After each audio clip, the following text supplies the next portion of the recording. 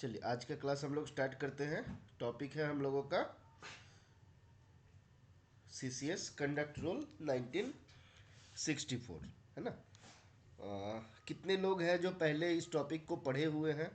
Public chat में एक बार बता दीजिए जो लोग पहले सीसीएस कंडक्ट रूल पढ़े हैं।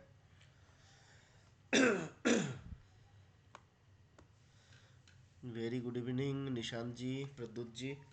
कितने लोग पहले सीसीएस कंडक्ट रूल पढ़े हैं? Little bit. चलिए अग्निव जी, बाकी लोग भी बताइए अगर आप पढ़े हुए हैं, बेसिक नॉलेज है। चलिए हम लोग बेसिक नॉलेज पे ही चर्चा करेंगे आज, और उसके बाद एक्चुअली हम लोगों का 2 से 3 दिन का ये टॉपिक रहेगा। रूल नंबर नहीं आता है, तो आज के क्लास के बाद आर्यन जी उम्मीद करते हैं कि आपको रूल नंबर जो है याद हो जाएगा। ठीक है, हम लोग आज एकदम बेसिक वाला पोर्शन को ही लेके डिस्कस करेंगे, और उसके बाद आज के क्लास के बाद अगला और एक दिन रहेगा जहाँ पे हम लोग रूल को पढ़ेंगे। ठीक है, तो सीसीएस कंडक्ट रूल से जब सवाल पूछा जाता है तो ज़्यादातर केस में कुछ बेसिक सवाल आता है, जैसे रूल नंबर पूछा जाता है। जैसे मान लीजिए कौन सा रूल है जिसमें स्ट्राइक का प्रोविजन दिया गया, कौन सा रूल है जिसमें आपको पॉलिटिक्स में पार्ट नहीं लेना है, भाग नहीं लेना है, इसके बारे में बताया गया। कहाँ पे आपको बताया गया कि इंटीग्रिटी मेंटेन करना है ना। तो इस प्रकार का सवाल भी बहुत आपका आता है, एग्जाम पे कभी कभी पूछा जाता है। कुछ अलग अलग लिमिट्स है, कुछ आपका जीआईडी से क्वेश्चन आ सकता है। तो इम्पोर्ट आज नहीं, वो कल है भाई समीर जी, वो कल है। कल हम लोग पोस्टल मैनुअल वॉल्यूम 5 पढ़ेंगे। ठीक है, आज नहीं होगा। आज आपको या ये क्लास आपको करने का जरूरत नहीं है, अब कल ज्वाइन करिएगा। ठीक है, चलिए तो हम लोग आज डिस्कस कर रहे थे CCS conduct rule, central civil service conduct rule 1964 के बारे में। तो मेरा आपसे पहला सवाल है, हालांकि हम लोग स्टार्ट अभी किए नहीं है, तो एक बार आप बताइए कि आपको क्या लगता है कि हम लोग सेंट्रल सिविल सर्विस के कैटेगरी में आते हैं या नहीं आते हैं? क्योंकि हम लोग सीसीएस रूल पढ़ रहे हैं, है ना। तो पहला चीज़ आता है कि हम लोग इसके भीतर आते हैं कि नहीं, है ना। तो ये एक बेसिक सा सवाल है जो आपसे आपके मन में आता होगा। चलिए निशांत जी बोला नहीं, अग्निव जी बोला नहीं, प्रमोद पार्थिव जी बोले यस। बाकी लोग भी आंसर करिए, मजा आएगा। आप लोग जब आंसर करिएगा आपके मन में जो हो, आप अगर गलत जवाब दीजिएगा तो हम आपका संपद जो है, आपसे कोई पैसा वैसा उसके लिए चार्ज नहीं करेंगे। चलिए रेमिया जी बोले यस, रोहन बोले यस, राम सिंह बोला यस, आर्यन बोला don't know, very good. Shrikant ji बोले यस। थोड़ा चले, थोड़ा थोड़ा सीसीएस है। अरे भाई ये क्या जवाब हो गया कि थोड़ा थोड़ा सेंट्रल सिविल सर्विस वाला है। चले विश्वनाथ जी आप भी बोले हो यस। अच्छा कोई बात नहीं। तो हम इसलिए सवाल आपको पूछे कि 90% लोग जो होता है ना, हमारे मन में ये कंसेप्ट ही क्लियर नहीं है हम लोग सेंट्रल सिविल सर्विस वाला है या नहीं है। ठीक है, क्योंकि हम लोग रूल तो सारा सीसीएस वाला पढ़ते हैं। तो आप जब सीसीएस सीसीए रूल पढ़िएगा तो आपको और ज़्यादा क्लियर होगा कि हम लोग किस श्रेणी में आते हैं, कैसे हम लोग आते हैं। तो बेसिक बातें जो फंडा है हम आपको बताते हैं कि 3 प्रकार का सर्विस होता है। ठीक है, 1 मिनट वेट कीजिए, इसको हम एक वर्ड पैड ओपन कर लेते हैं।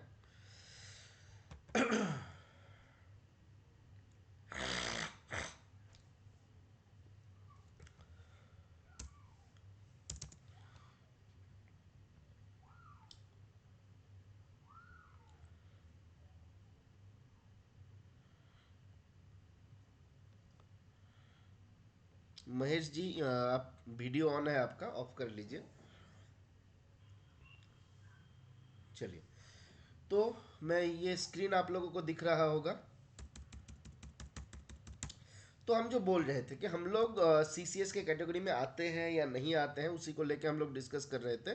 ठीक है, तो पहला बात आता है कि 3 प्रकार का सर्विस है।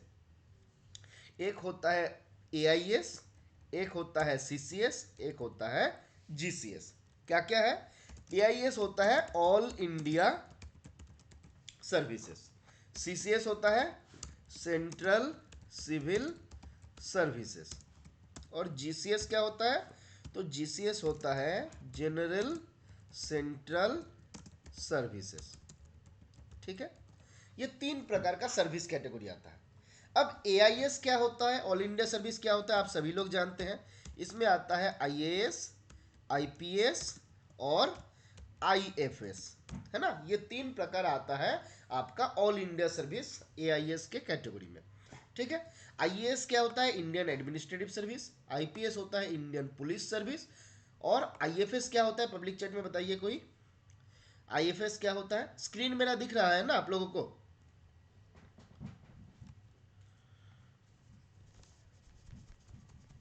Indian forest service, very good. Tejpal ji आप फॉरेन सर्विस बताए हो, समीर आप फॉरेन सर्विस बोले हैं। याद रखना है आईएफएस होता है इंडियन फॉरेस्ट सर्विस, ठीक है। ये ध्यान रखिएगा, ये गलती नहीं करिएगा। आईएफएस क्या होता है, Indian forest service, forest service, ठीक है। तो ये तीन प्रकार के जो सर्विस होता है इसको हम लोग ऑल इंडिया सर्विस के भीतर लाते हैं। इसके ऊपर अलग सा रूल है, इसके लिए सेपरेट रूल्स है, ठीक है। अब ये सीसीएस और जीसीएस इन दोनों के लिए सेम रूल एप्लीकेबल, ये दोनों के लिए सेम रूल एप्लीकेबल होता है। अब क्या बोला गया, जब आप सीसीएस सीसीए रूल पढ़िएगा, सीसीएस सीसीए रूल पढ़िएगा, तो सीसीएस सीसीए रूल में एक शेड्यूल है, एक शेड्यूल दिया गया, जिस शेड्यूल में बताया गया पर्टिकुलर जगह पे पर्टिकुलर पोस्ट या सर्विसेज के लिए कौन कौन उसका अपॉइंटिंग अथॉरिटी होता है, कौन उसका डिसिप्लिनरी अथॉरिटी होता है, सारा डिटेल्स बताया गया। और जिस पर्टिकुलर पोस्ट या डिजिग्नेशन के बारे में इस शेड्यूल में दिया गया, ये सारा पोस्ट जो है this comes under central civil service CCS. अब अगर आप ये शेड्यूल देखिएगा, यहां पे जो लोएस्ट रैंक अवेलेबल है डिपार्टमेंट ऑफ पोस्ट के हिसाब से, वो है superintendent of post offices, superintendent of post offices, ठीक है। तो बेसिक फंडा क्या हुआ कि हमारा बोला गया कि इस शेड्यूल में जो जो लोग हैं जिसका अपॉइंटिंग अथॉरिटी डिसिप्लिनरी अथॉरिटी का डिटेल्स सीसीएस सीसीए रूल के शेड्यूल में दिया गया, उस उन लोगों को, उस पोस्ट के होल्डर को हम सीसीएस बोलेंगे, सेंट्रल सिविल सर्विस बोलेंगे। और जहां पे डिपार्टमेंट ऑफ पोस्ट का जो लोएस्ट रैंक रखा गया वो है सुपरिटेंडेंट ऑफ पोस्ट ऑफिसेस। तो basically superintendent post office, superintendent of post offices and above जो लोग हैं वो लोग आते हैं सेंट्रल सिविल सर्विस के भीतर, ठीक है। तो हम आप मान लीजिए जो पोस्टल असिस्टेंट है, पोस्टल असिस्टेंट है ना, जो हमारा शॉर्टिंग असिस्टेंट है, जो आईपी है, जो एएसपी है, ये सारा आते हैं जनरल सेंट्रल सर्विसेज के भीतर। ये किसके भीतर आता है, जनरल सेंट्रल सर्विसेज के भीतर। और थोड़ी देर पहले हम आप लोगों को बोले थे कि same rule is applicable, applicable for CCS and GCS, है ना।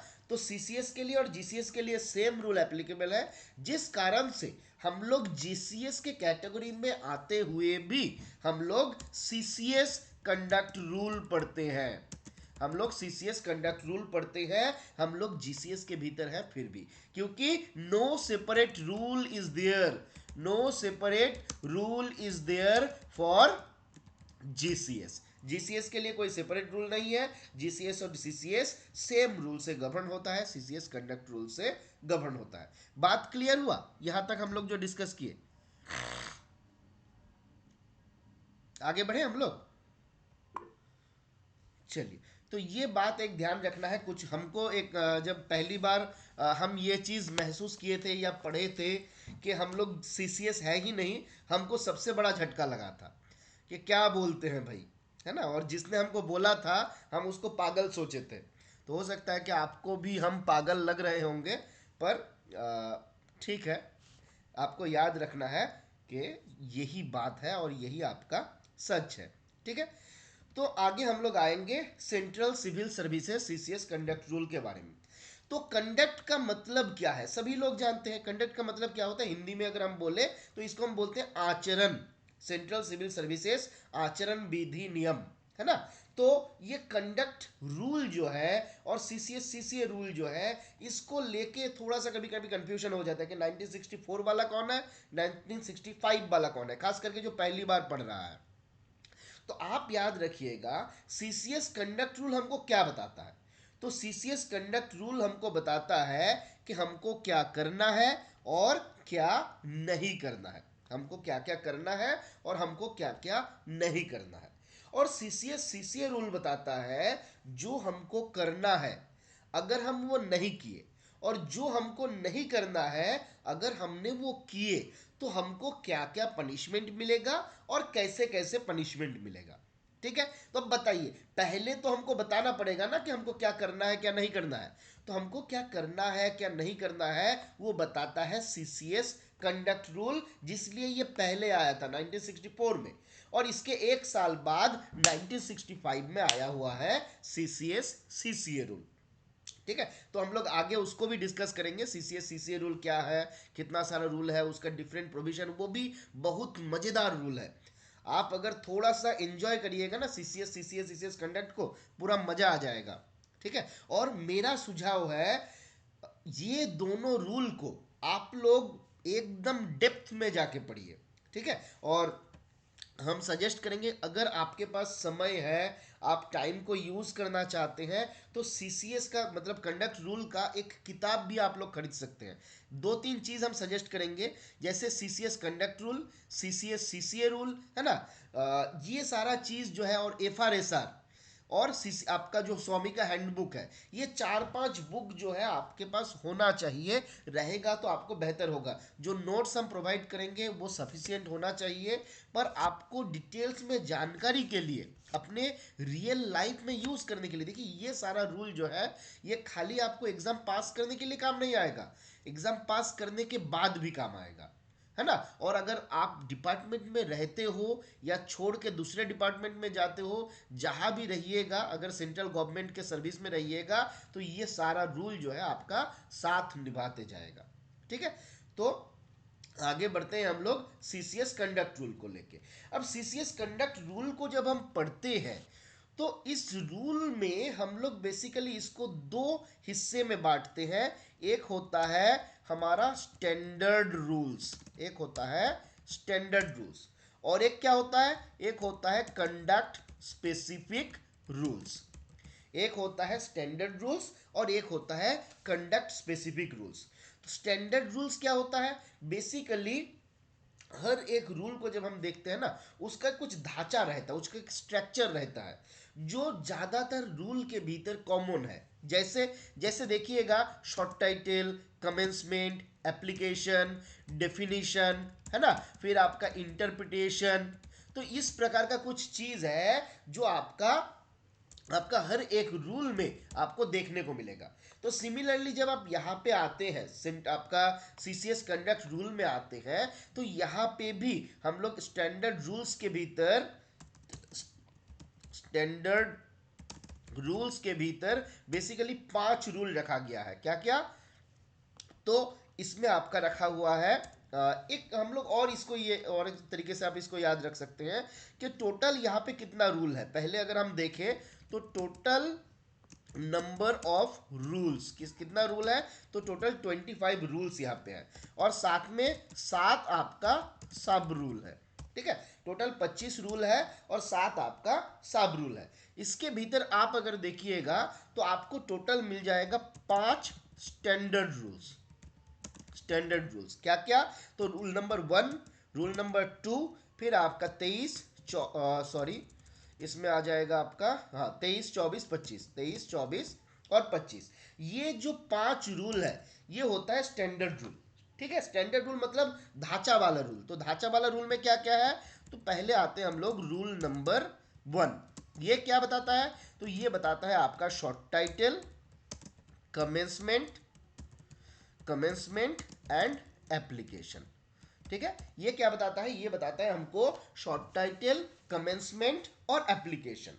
ठीक है, फिर आता है हमारा रूल 2। रूल 2 क्या बताता है, तो ये हमको बताता है डेफिनेशन। कोई भी रूल जब आप पढ़िएगा तो उस रूल में यूज किए जाने वाले कुछ शब्द को अलग तरीके से डिफाइन किया जाता है। ठीक है, जैसे जैसे एक इंपॉर्टेंट डेफिनेशन आपको यहां पे मिलेगा फैमिली का। सबसे इंपॉर्टेंट डेफिनेशन जो आपको यहां पे मिलेगा वो है मेंबर्स ऑफ फैमिली। वो है मेंबर्स ऑफ फैमिली, मतलब कौन आपका फैमिली मेंबर है। ठीक है, और दो डेफिनेशन भी आपको मिलेगा। एक मिलेगा गवर्नमेंट का, एक मिलेगा गवर्नमेंट, एक मिलेगा आपका गवर्नमेंट सर्वेंट, है ना, एक मिलेगा आपको गवर्नमेंट सर्वेंट। तो आपको यहां पे बताया जाएगा कि गवर्नमेंट मतलब सेंट्रल गवर्नमेंट, गवर्नमेंट सर्वेंट कौन होता है उसको डिफाइन किया गया, और मेंबर ऑफ फैमिली को डिफाइन किया गया। ठीक है, तो ये दो रूल आपका हो गया। इसके अलावा क्या है, तो इसके अलावा जब आप आ जाइएगा तो वहां पे आता है रूल 23। 23 क्या बताता है, तो आपको याद रखना है 23 बताता है इंटरप्रिटेशन। इंटरप्रिटेशन का मतलब क्या है, मान लीजिए कि आप में से कोई एक लड़का है जो आज के क्लास में थोड़ा सा लेट ज्वाइन किया। ठीक है, थोड़ा सा लेट ज्वाइन किया, और हम उनको बोले भाई तुम तो बड़े पंक्चुअल हो, तुम रोज लेट आते हो, बड़े पंक्चुअल हो। अब इसका मतलब क्या हुआ, देखिए हम उनको बोल रहे हैं कि तुम बहुत पंक्चुअल हो, पर actually I didn't mean it. हम उनको बोलना क्या चाहा कि वो बिल्कुल पंक्चुअल नहीं है। इसी प्रकार से कुछ शब्द रहता है जिसको रूल में अलग मीनिंग आ जाता है। जैसे हम एक एग्जांपल आपको देते हैं, रूल नंबर कौन सा रूल, पब्लिक चैट में हमको बताइए जो लोग पहले सीसीएस कंडक्ट रूल पढ़े हैं, कौन सा वाला रूल है जिसमें गिफ्ट को डिफाइन किया गया, कौन सा वाला रूल है जिसमें गिफ्ट को डिफाइन। वेरी गुड तेजपाल जी, बाकी लोग भी बताइए, ठाकुर देवेन वेरी गुड 13, और बाकी लोग, चलिए प्रद्युत जी, दीपंकर जी। इसको हम लोग इस तरीके से याद रखते हैं कि सेंट्रल गवर्नमेंट सर्वेंट जो है ना गिफ्ट के मामले में अनलकी होता है। सेंट्रल गवर्नमेंट सर्वेंट गिफ्ट के मामले में अनलकी होता है ना। The central government servants are unlucky in respect of gifts, है ना, इन द, तो क्योंकि हम लोग ज्यादा गिफ्ट ले नहीं सकते। अब यहां पे हमको और एक सवाल का जवाब दीजिए, किसी का बर्थडे हो रहा है, ठीक है, तो एक सी क्लास ऑफिसर, एक सी क्लास जो गवर्नमेंट सर्वेंट है वो कितने अमाउंट का गिफ्ट ले सकते हैं। किसी का बर्थडे हो रहा है, किसी का बर्थडे हो रहा है, देखिए वहां पे दो कैटेगरी था। ठीक है, हम लोग आगे आएंगे उसमें, जब हम लोग डिस्कस करेंगे आपको और क्लियर हो जाएगा। उसमें एक था आपका, जैसे चार ओकेशन था, है ना, चार ओकेशन क्या क्या था, वेडिंग, एनिवर्सरी, फ्यूनरल और रिलीजियस फंक्शन। ये चार ओकेशन के लिए 7.5, 15, 25, 7.5, 15, 25, मतलब 7.5 सी के लिए, 15 आपका बी के लिए और 25 आपका ए के लिए। अदर देन दीज, तो देखिए बर्थडे जो है ना आपका शादी हो रहा है, ना आपका एनिवर्सरी है, ना किसी का फ्यूनरल है, ना रिलीजियस फंक्शन है, तो ये अदर ओकेशन के भीतर आ जाएगा। तो इसमें 2, 5, 5, 2, 5, 5, 2 है सी के लिए, बी के लिए है 5 और ए के लिए है 5। तो यहां पे आप 2000 का गिफ्ट ले सकते हो। अब बताइए रूल में कहीं पे बोला हुआ है ये जो गिफ्ट है एक आदमी से है या सबको मिला के है। अग्निव जी इनवाइट किया है प्रद्युत को, प्रदीप को, है ना, तो क्या प्रदीप प्रद्युत से वो अकेला का 2000 ले सकता है या प्रद्युत और प्रदीप दोनों को मिला के ले सकता है। अब ईच केस ठाकुर आप बता रहे हो, पर रूल जब आप पढ़िएगा वहां पे कहीं पे नहीं बोला गया है कि ये ईच केस है या नहीं।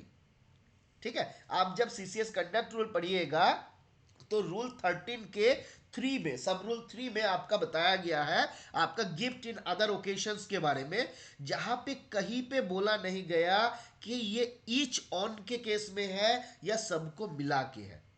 अब ये होता है इंटरप्रिटेशन। हमने इंटरप्रिट किया कि एक आदमी से आप सब मिला के हो ही नहीं सकता, क्योंकि मान लीजिए हम 1000 लोगों को इनवाइट किए और बोल रहा है कि भाई 2000 से ज्यादा गिफ्ट नहीं ले सकते हो, तो क्या हम एक एक उनसे लॉलीपॉप लॉजन लेंगे, है ना, जो लॉलीपॉप का चॉकलेट होता है बच्चे लोग खाता पीते रहता है, चुसते रहता है, तो वो तो हम ले नहीं सकते। तो भाई 2 रुपए से ज्यादा तो हमको लेना ही पड़ेगा ना, एटलीस्ट 50, 100 रुपए, 200 रुपए, 500 रुपए का गिफ्ट देगा।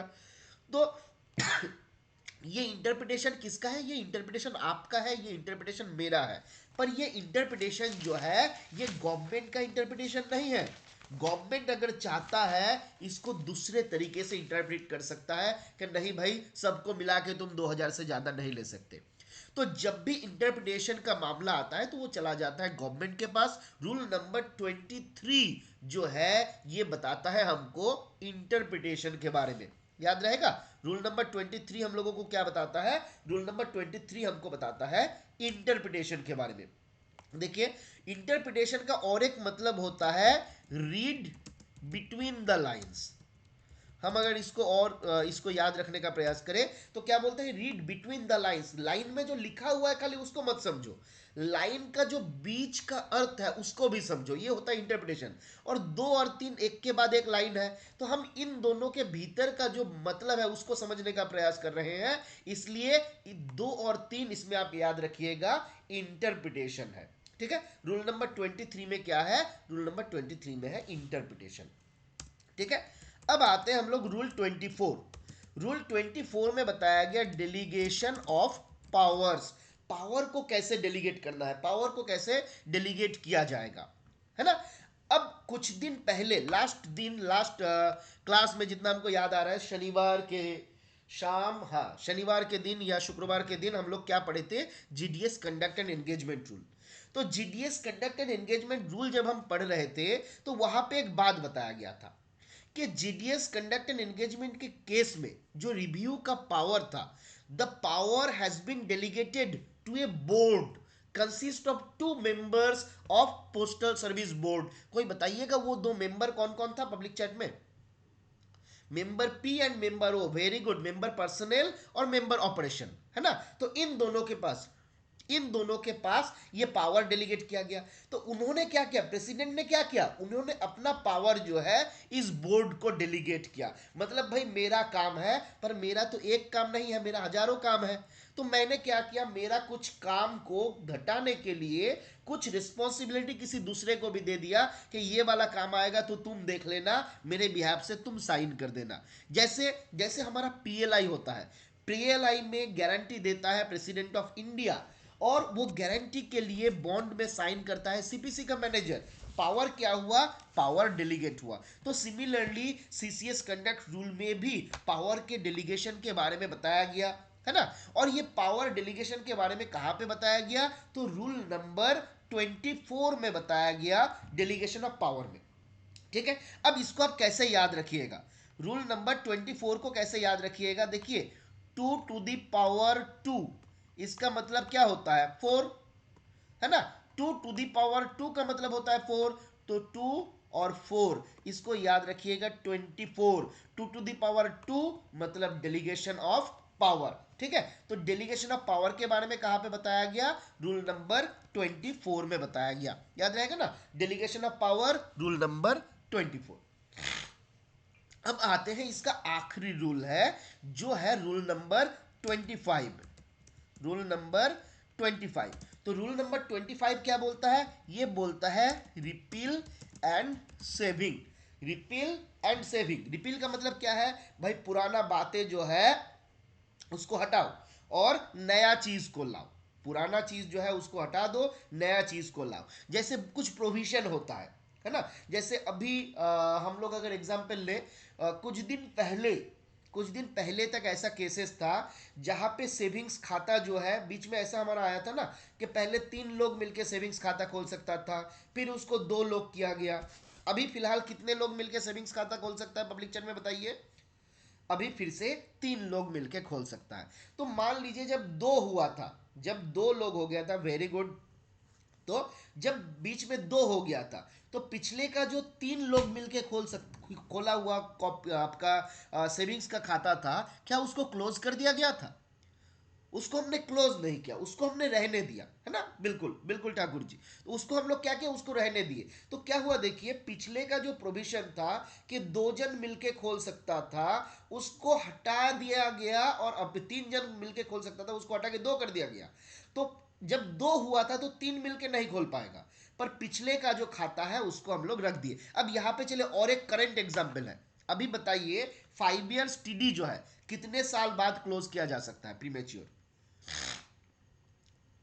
चलिए, वेरी गुड, वेरी गुड, सबने बिल्कुल सही जवाब दिया।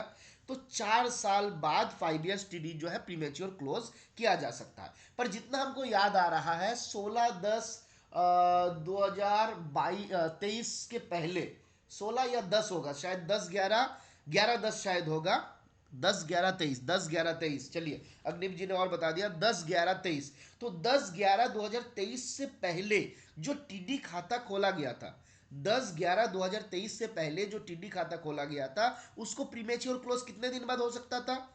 वो हो सकता था 6 महीने बाद, 1 साल नहीं, 6 महीने बाद। अब देखिए, उसके पहले का जो खाता खोला गया था, मतलब नोटिफिकेशन आने से पहले, वो 6 महीने बाद खोला जा सकता था। तो अभी भी उस रूल को सेव किया गया और साथ में उसको रिपील भी किया गया। तो पहले का 6 महीना को हटा दिया गया कि अभी अगर कोई नया खाता खोला जाएगा तो वो आपका 4 साल के भीतर क्लोज नहीं होगा।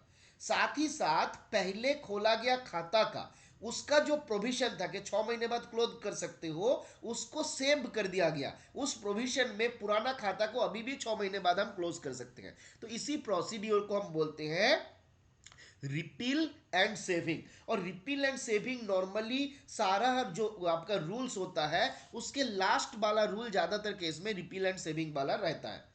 तो सीसीएस कंडक्ट रूल का लास्ट रूल है रूल नंबर 25, और जिसमें आपका इस रिपील एंड सेविंग के बारे में बताया गया है।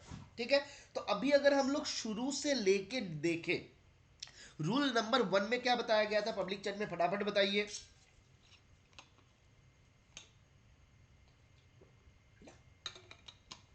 फटाफट से बताइए, रूल नंबर 1 में क्या बताया गया था? खाली शॉर्ट टाइटल नहीं है, short title, commencement and application. Very good Aryan जी।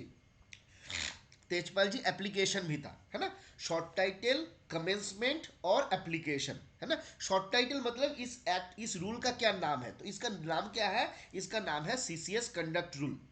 लागू कब से हुआ? The date into which it came into force. कोई बताइएगा, सीसीएस कंडक्ट रूल कब से लागू हुआ? सीसीएस कंडक्ट रूल कब से लागू हुआ? Very good Pradeep ji. CCS conduct rule लागू हुआ 30/11/1964। बहुत जगह पे आपको गलत इंफॉर्मेशन मिलेगा, 12/12/1964 बहुत जगह पे बताया हुआ है, पर एक्चुअली 12/12/1964 में आपका इसका गेजेट नोटिफिकेशन आया था। ये वो रेयर रूल के भीतर है जिसका गेजेट नोटिफिकेशन बाद में आया, डेट ऑफ इफेक्ट पहले से है। ठीक है, तो आपसे अगर कभी पूछा जाए तो आप याद रखिएगा, गेजेट नोटिफिकेशन जो है 12/12/1964 में है। डेट ऑफ इफेक्ट कब से है, मतलब when it came into force, तो 30/11/1964 में है। तो इसका नाम हो गया सीसीएस कंडक्ट रूल, लागू हुआ 30/11/1964। और लागू किसके ऊपर है? ये रूल लागू किन लोगों के ऊपर है? तो बोला जाता है, आगे हम लोग अगर थोड़ा सा यहां पे देख लेते हैं, थोड़ा सा अगर हम लोग देख लेते हैं तो क्या बोला जाता है?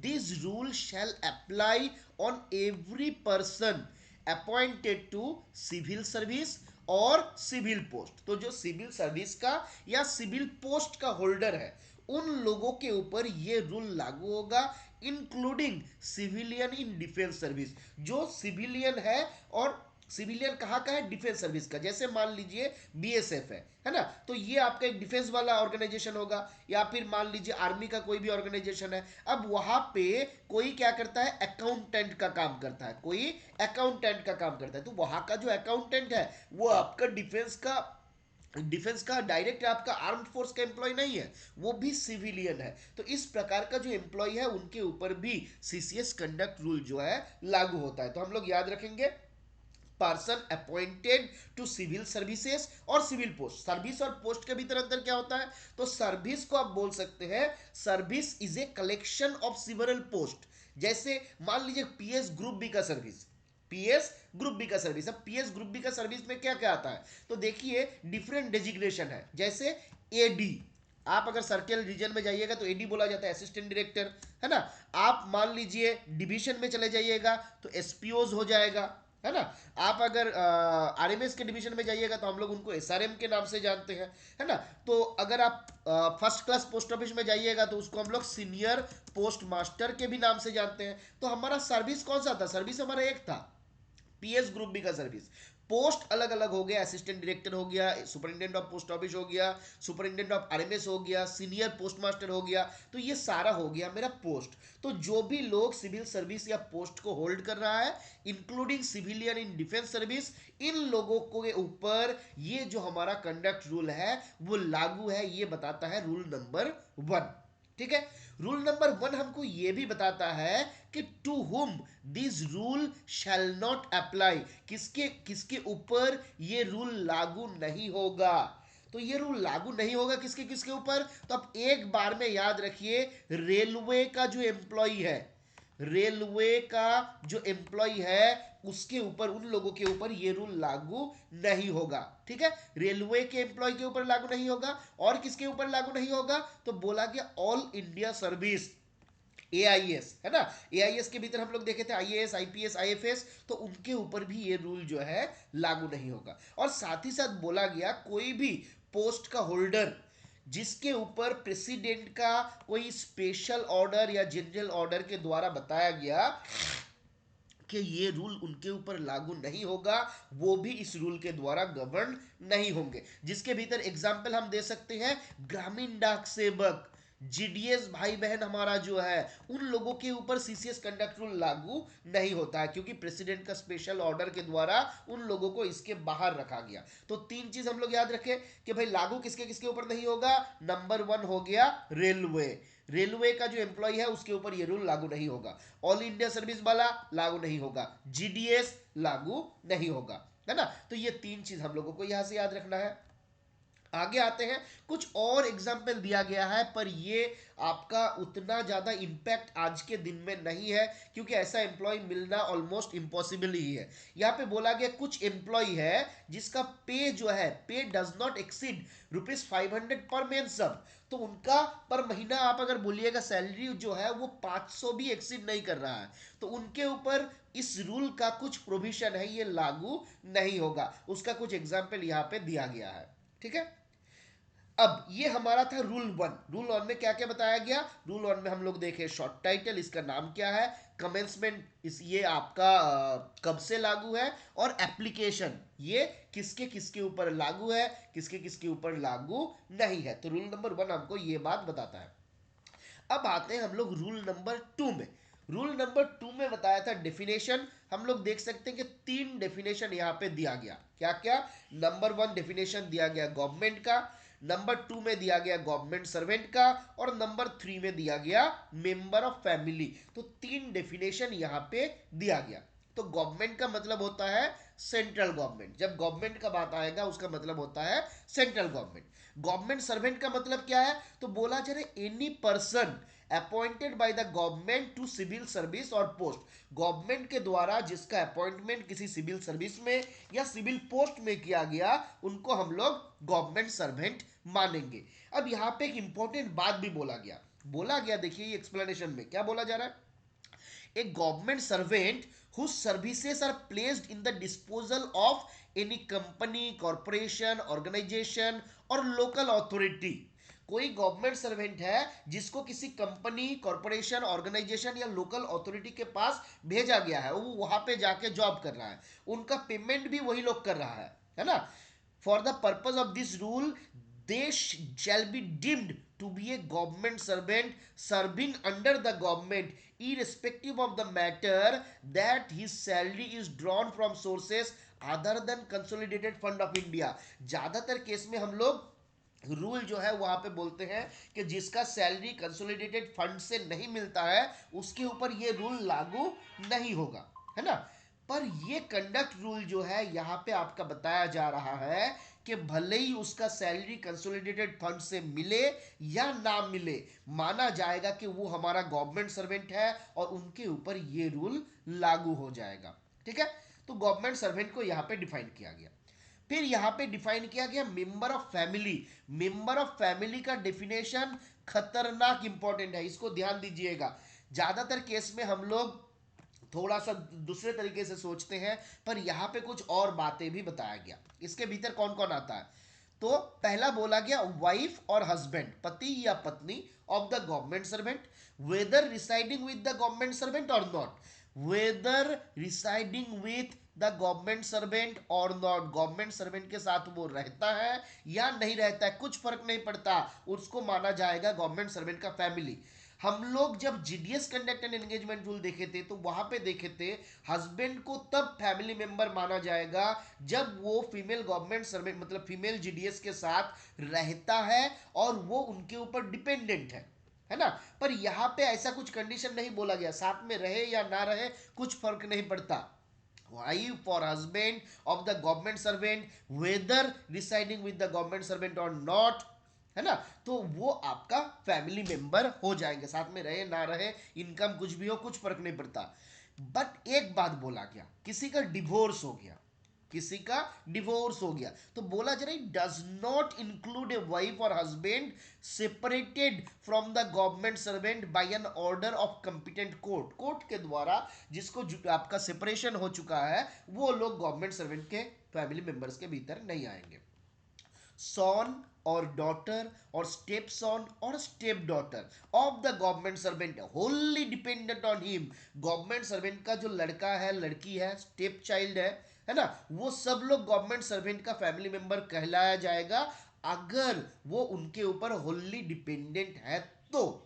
ठीक है, फिर अगला कंडीशन इसको देखिए, any other person related whether by blood और मैरिज, कोई भी दूसरा व्यक्ति जो आपका रिलेटेड है गवर्नमेंट सर्वेंट से बाय ब्लड और बाय मैरिज, बाय ब्लड कौन कौन होता है, माँ बाप भाई बहन ये सब बाय ब्लड जुड़ा हुआ रहता है ना, और पति पत्नी आपका साला आपका साली, ये सब लोग कौन होता है बाय मैरिज आपके साथ जुड़ा हुआ रहता है। अब हम जब पहले पहले जॉब में ज्वाइन किए थे तो हमको लगा था कि भाई सीसीएस कंडक्ट रूल पढ़ रहे थे और उसमें हम देखे कि जो साला साली है वो भी हमारा फैमिली मेंबर है। अब हमारा एक साली है देखने में बहुत खूबसूरत है तो हम सोचे हैं वो हमारा फैमिली मेंबर है तो हम उसको भी एलटीसी में लेके जाएंगे। तो आप बताइए क्या हम उनको लेके एलटीसी जा सकते हैं? नहीं जा सकते हैं, क्योंकि अलग अलग रूल का अलग अलग डेफिनेशन होता है और वो मेरा फैमिली मेंबर है कौन सा रूल के रेस्पेक्ट में, इन respect of CCS conduct rule. CCS conduct rule जो है उसके मामले में वो मेरा फैमिली मेंबर है।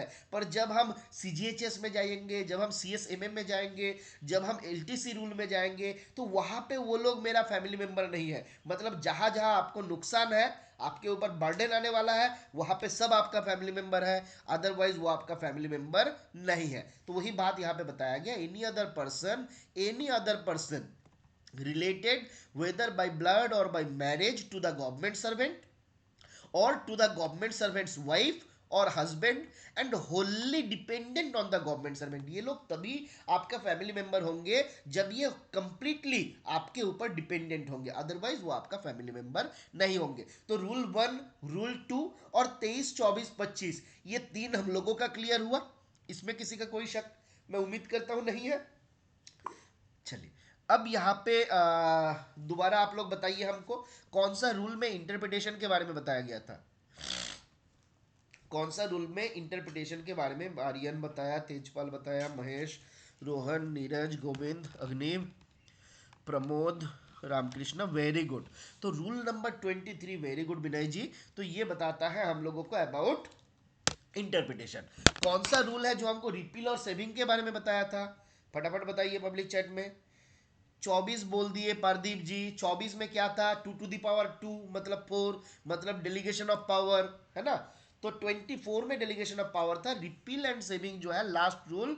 वेरी गुड गोविंद जी, विनय जी, रामकृष्ण जी, महेश जी, प्रदीप जी, रोहन, प्रमोद, ये है रूल नंबर 25 में बताया गया।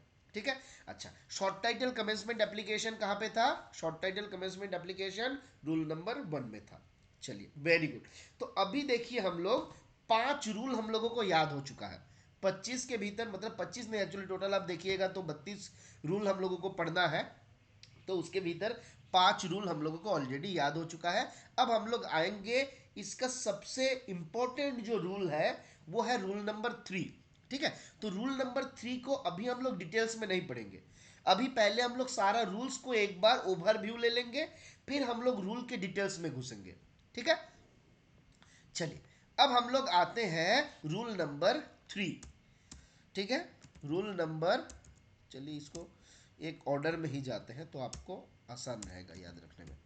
रूल नंबर 3, तो रूल नंबर 3 को आप कहीं पे भी देखिएगा वहां पे लिखा हुआ है जनरल, वहां पे लिखा हुआ है जनरल। तो रूल नंबर 3 जो है सबसे बड़ा रूल है। यहां पे जब आप देखिएगा इसमें 3 का 1 है, इसमें 3 का 2 है, इसमें 3 का ए है, इसमें 3 का बी है, इसमें 3 का सी है। तो टोटल 5 भाग में ये बांटा हुआ है। दो इसका सब रूल बोल सकते हैं, 3 का आपका 3 का ही, 3 का 1, 3 का 2 और साथ में 3 अलग सब रूल 3A, 3B और 3C। तो 3 का 1 जो है ये बेसिकली हम लोगों को बताता है expectation from government servant. Government servant से क्या क्या हम लोग एक्सपेक्ट करते हैं।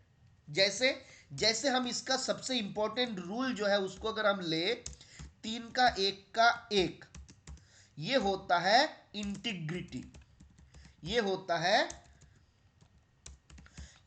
इंटीग्रिटी। फिर आता है 3 का 1 का 2, जो बताता है अबाउट डिवोशन टू ड्यूटी। और फिर आता है 3 का 1 का 3, जो बताता है do nothing, do nothing which is unbecoming of government servant, है ना। तो ये 3 रूल है, खतरनाक इंपॉर्टेंट रूल।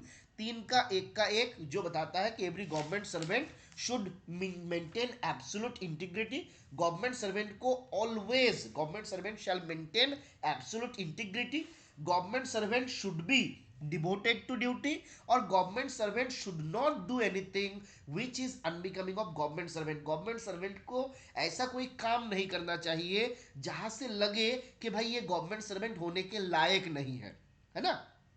तो देखिए पहला बात जो आता है इंटीग्रिटी, ये बहुत बड़ा शब्द है, बहुत बड़ा शब्द है। और इसको कब यूज किया जाता है, जहां पे कोई मॉनिटरी इन्वॉल्वमेंट हो जाता है। जैसे जैसे आपका मिस एप्रोप्रिएशन, मिस एप्रोप्रिएशन, या फिर मान लीजिए एम्बेजलमेंट, या फिर एम्बेजलमेंट, है ना, किसी ने घूस ले लिया, ब्राइब, है ना, इस प्रकार का केस। या फिर मान लीजिए कोई आपका किसी का मर्डर कर दिया, किसी ने सेक्सुअल हैरेसमेंट कर दिया। तो इस प्रकार का जो घटना है ये सब अगर कोई करता है तो हम लोग बोलते हैं कि भाई उसका इंटीग्रिटी जो है डाउटफुल है, सही नहीं है, बंदा पूरा एकदम खत्म आदमी है ना। तो ये बोला जाता है इंटीग्रिटी। और याद रखना है ये इंटीग्रिटी वाला चार्ज हम लोग हमेशा कहां पे लगाते हैं, जहां पे मेजर पेनल्टी हो रहा है। जहां पे मेजर पेनल्टी हो रहा है हम लोग हमेशा 3 का 1 का 1 जो है इसको हम लोग चार्ज पे लगाते हैं, ठीक है, मेजर पेनल्टी के केस में। और माइनर पेनल्टी के केस अगर आप कभी भी देखिएगा तो ज्यादातर केस में हम लोग इस रूल जो है इसको लगाते हैं, 3 का 1 का 1 और 3 का 1 का, सॉरी 3 का 1 का 2, 3 का 1 का 3। डिवोशन टू ड्यूटी, मान लीजिए आपने एक दिन ऑफिस लेट आए, या फिर आपने आधा घंटे के बदले 40 मिनट का लंच ब्रेक ले लिए, या फिर मान लीजिए आपका बॉस है, सुबह में आप आके उनको नमस्कार नहीं किए, तो ये सारा हो जाएगा कि भाई आप डिवोटेड टू ड्यूटी नहीं हो। या फिर आपने ऐसा कोई काम किया जो गवर्नमेंट सर्वेंट को शोभा नहीं देता है ना। आप अगर ऑक्सीजन थोड़ा सा ज्यादा ले लीजिएगा ना तो भी हो सकता है आपका बॉस बोल देगा कि भाई he is not devoted to duty.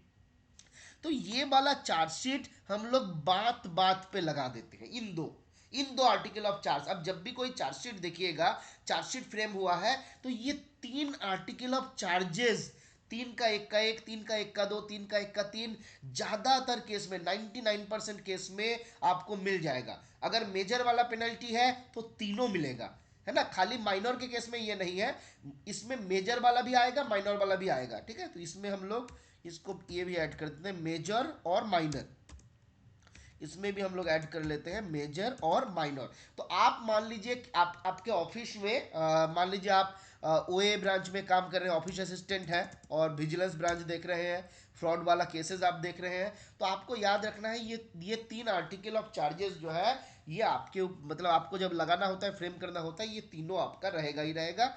आपका काम है गलती से भी ये रूल नंबर जो है गलत नहीं कोट करना है, ठीक है। ये चीज थोड़ा सा ध्यान रखना है। इंटीग्रिटी, डिवोशन टू ड्यूटी और do nothing which is unbecoming of government servant. तो बेसिकली सीसीएस कंडक्ट रूल में रूल नंबर 3 के 1 में पहले ये 3 रूल ही था। उसके बाद 2018 में जितना हमको याद आ रहा है, इसके साथ 18 अदर प्रोविजन भी ऐड कर दिया गया। तो एट प्रेजेंट टोटल हमारा हुआ है 3 + 18 = 21 जो है, ये अभी हमारा प्रेजेंट प्रोविजन अगर आप देखिएगा उसमें टोटल दिया हुआ है। पर एग्जाम पर्पज से कुछ और भी इंपॉर्टेंट है, हम बोलेंगे नहीं कि वो इंपॉर्टेंट नहीं है, आगे हम लोग जब डिटेल्स में देखेंगे तो देखेंगे। पर ये 3 जो है अल्टीमेट इंपॉर्टेंट है, ठीक है। ये 3 जो है आपको अल्टीमेट इंपॉर्टेंट है, और यही 3 जो है आप जब GDS conduct and engagement rule पढ़ते हैं तो वहां पे भी इन तीनों का जिक्र किया गया। कौन सा नंबर रूल पे बताया गया, कोई बताइए हमको, कौन सा नंबर रूल है जिसमें ये 3 रूल को कोट किया गया था? किसी को याद है? चलिए, आर्यन ने बताया, बाकी लोग?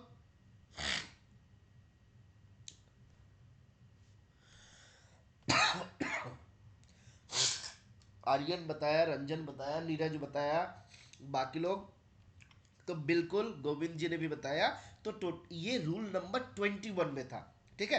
तो यहां पे आप इसको ऐसे भी याद रख सकते हैं कि इसको 21 ऐड कर दीजिए, तो जो आपका 3 के 1 में था वो आपका वहां पे 21 के 1 में है ना। और आपका जो आपका 3 के 2 में था वो वहां पे 21 के 2 में है। और आपका जो 3 के 1 के 3 में था वो आपका 21 के 3 में है, ठीक है। तो ये जब हम लोग जीडीएस में चले जाएंगे 21 हो जाएगा। अब देखिए 21, 2 + 1 कितना होता है? 2 + 1 = 3।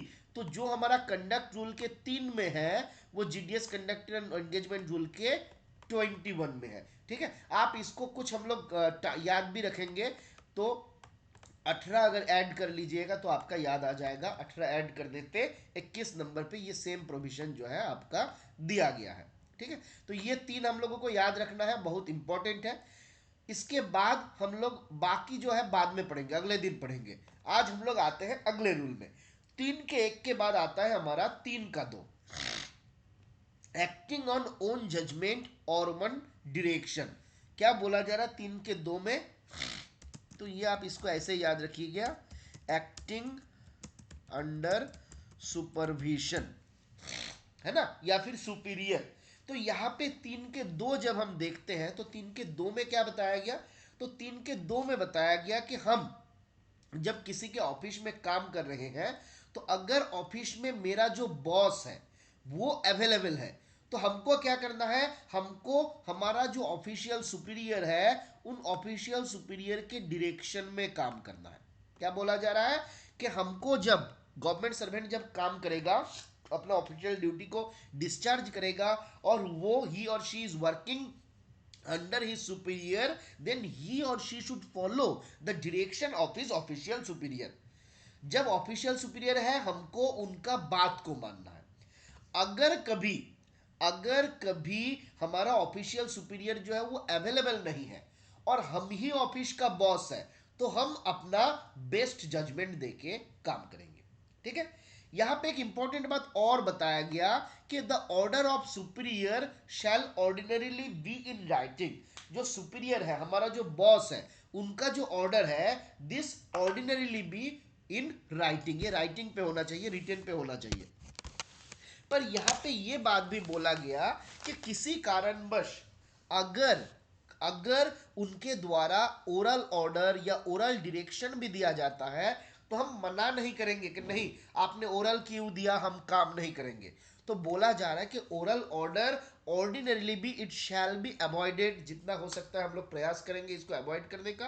पर अगर किसी अनअवॉइडेबल सर्कमस्टेंसेस के कारण ये दिया जाता है तो हमको अकॉर्डिंगली काम करना है। और यहाँ पे हमारा जो सुपीरियर है it is his or her duty to confirm it in writing thereafter, बाद में उसको रिटर्न में कंफर्म करना उनका काम है।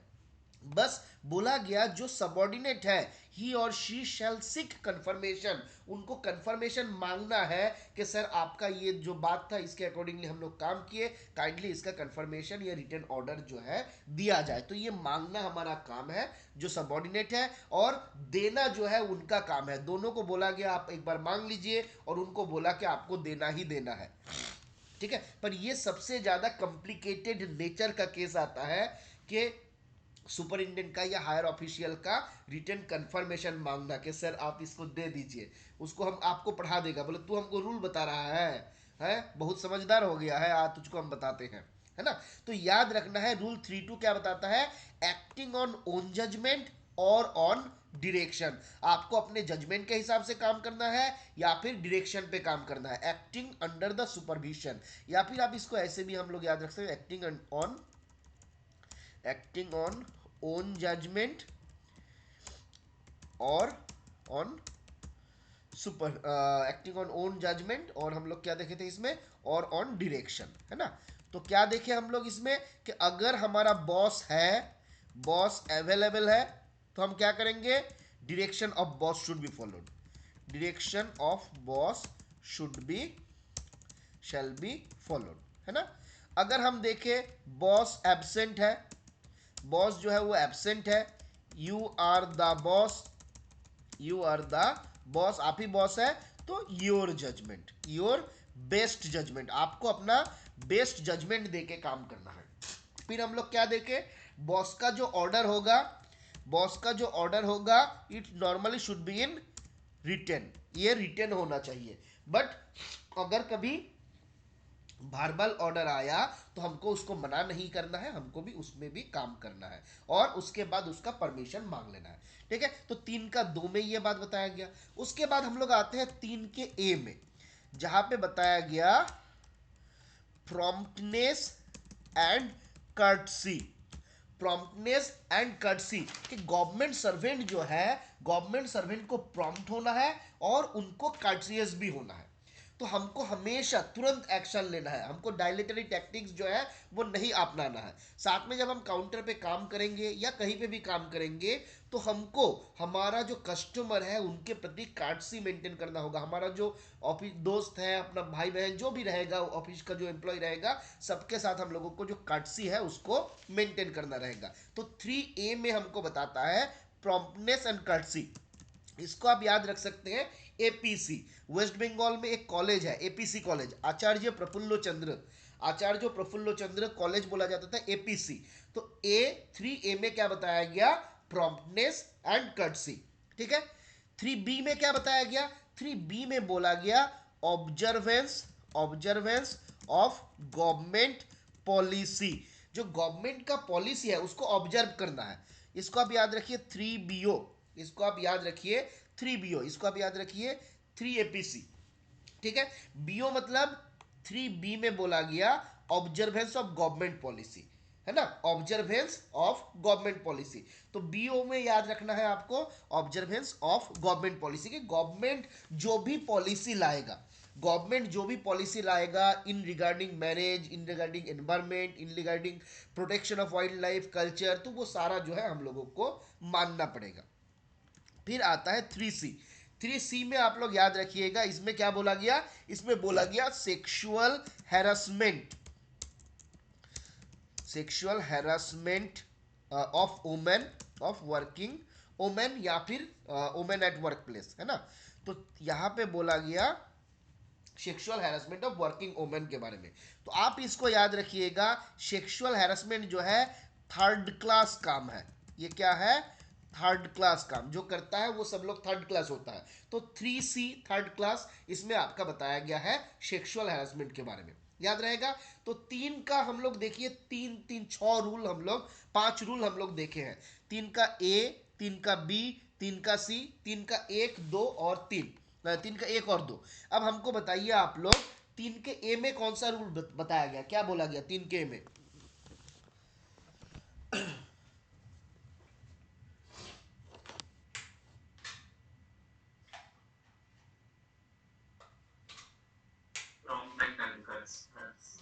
वेरी गुड, 3 के A में क्या बताया गया, वेरी गुड चन्ना जी।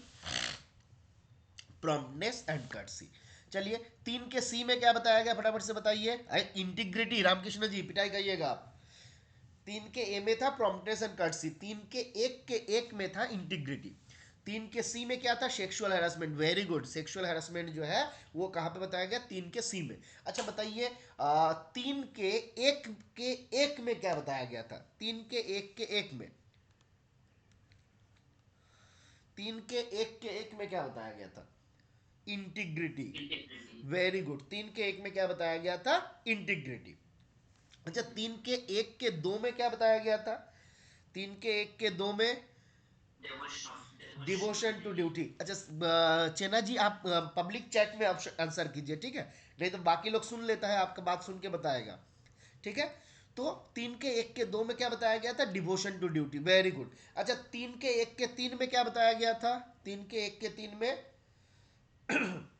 3 के एक के तीन में do nothing which is unbecoming of government servant, do nothing which is unbecoming of government servant. अच्छा चलिए यहां तक बता दिए। अब आप लोग बताइए रूल नंबर 2 पे क्या बताया गया था, रूल नंबर 2 में क्या बताया गया था, rule number 2, rule number 2, rule number 2 में डेफिनेशन था। Very good, very good Tejpal Thakur, Neeraj, Aryan, Agniv, definition था। चलिए रूल नंबर 23। अच्छा फैमिली का डेफिनेशन देखिए, डेफिनेशन में 3 डेफिनेशन था रंजन जी।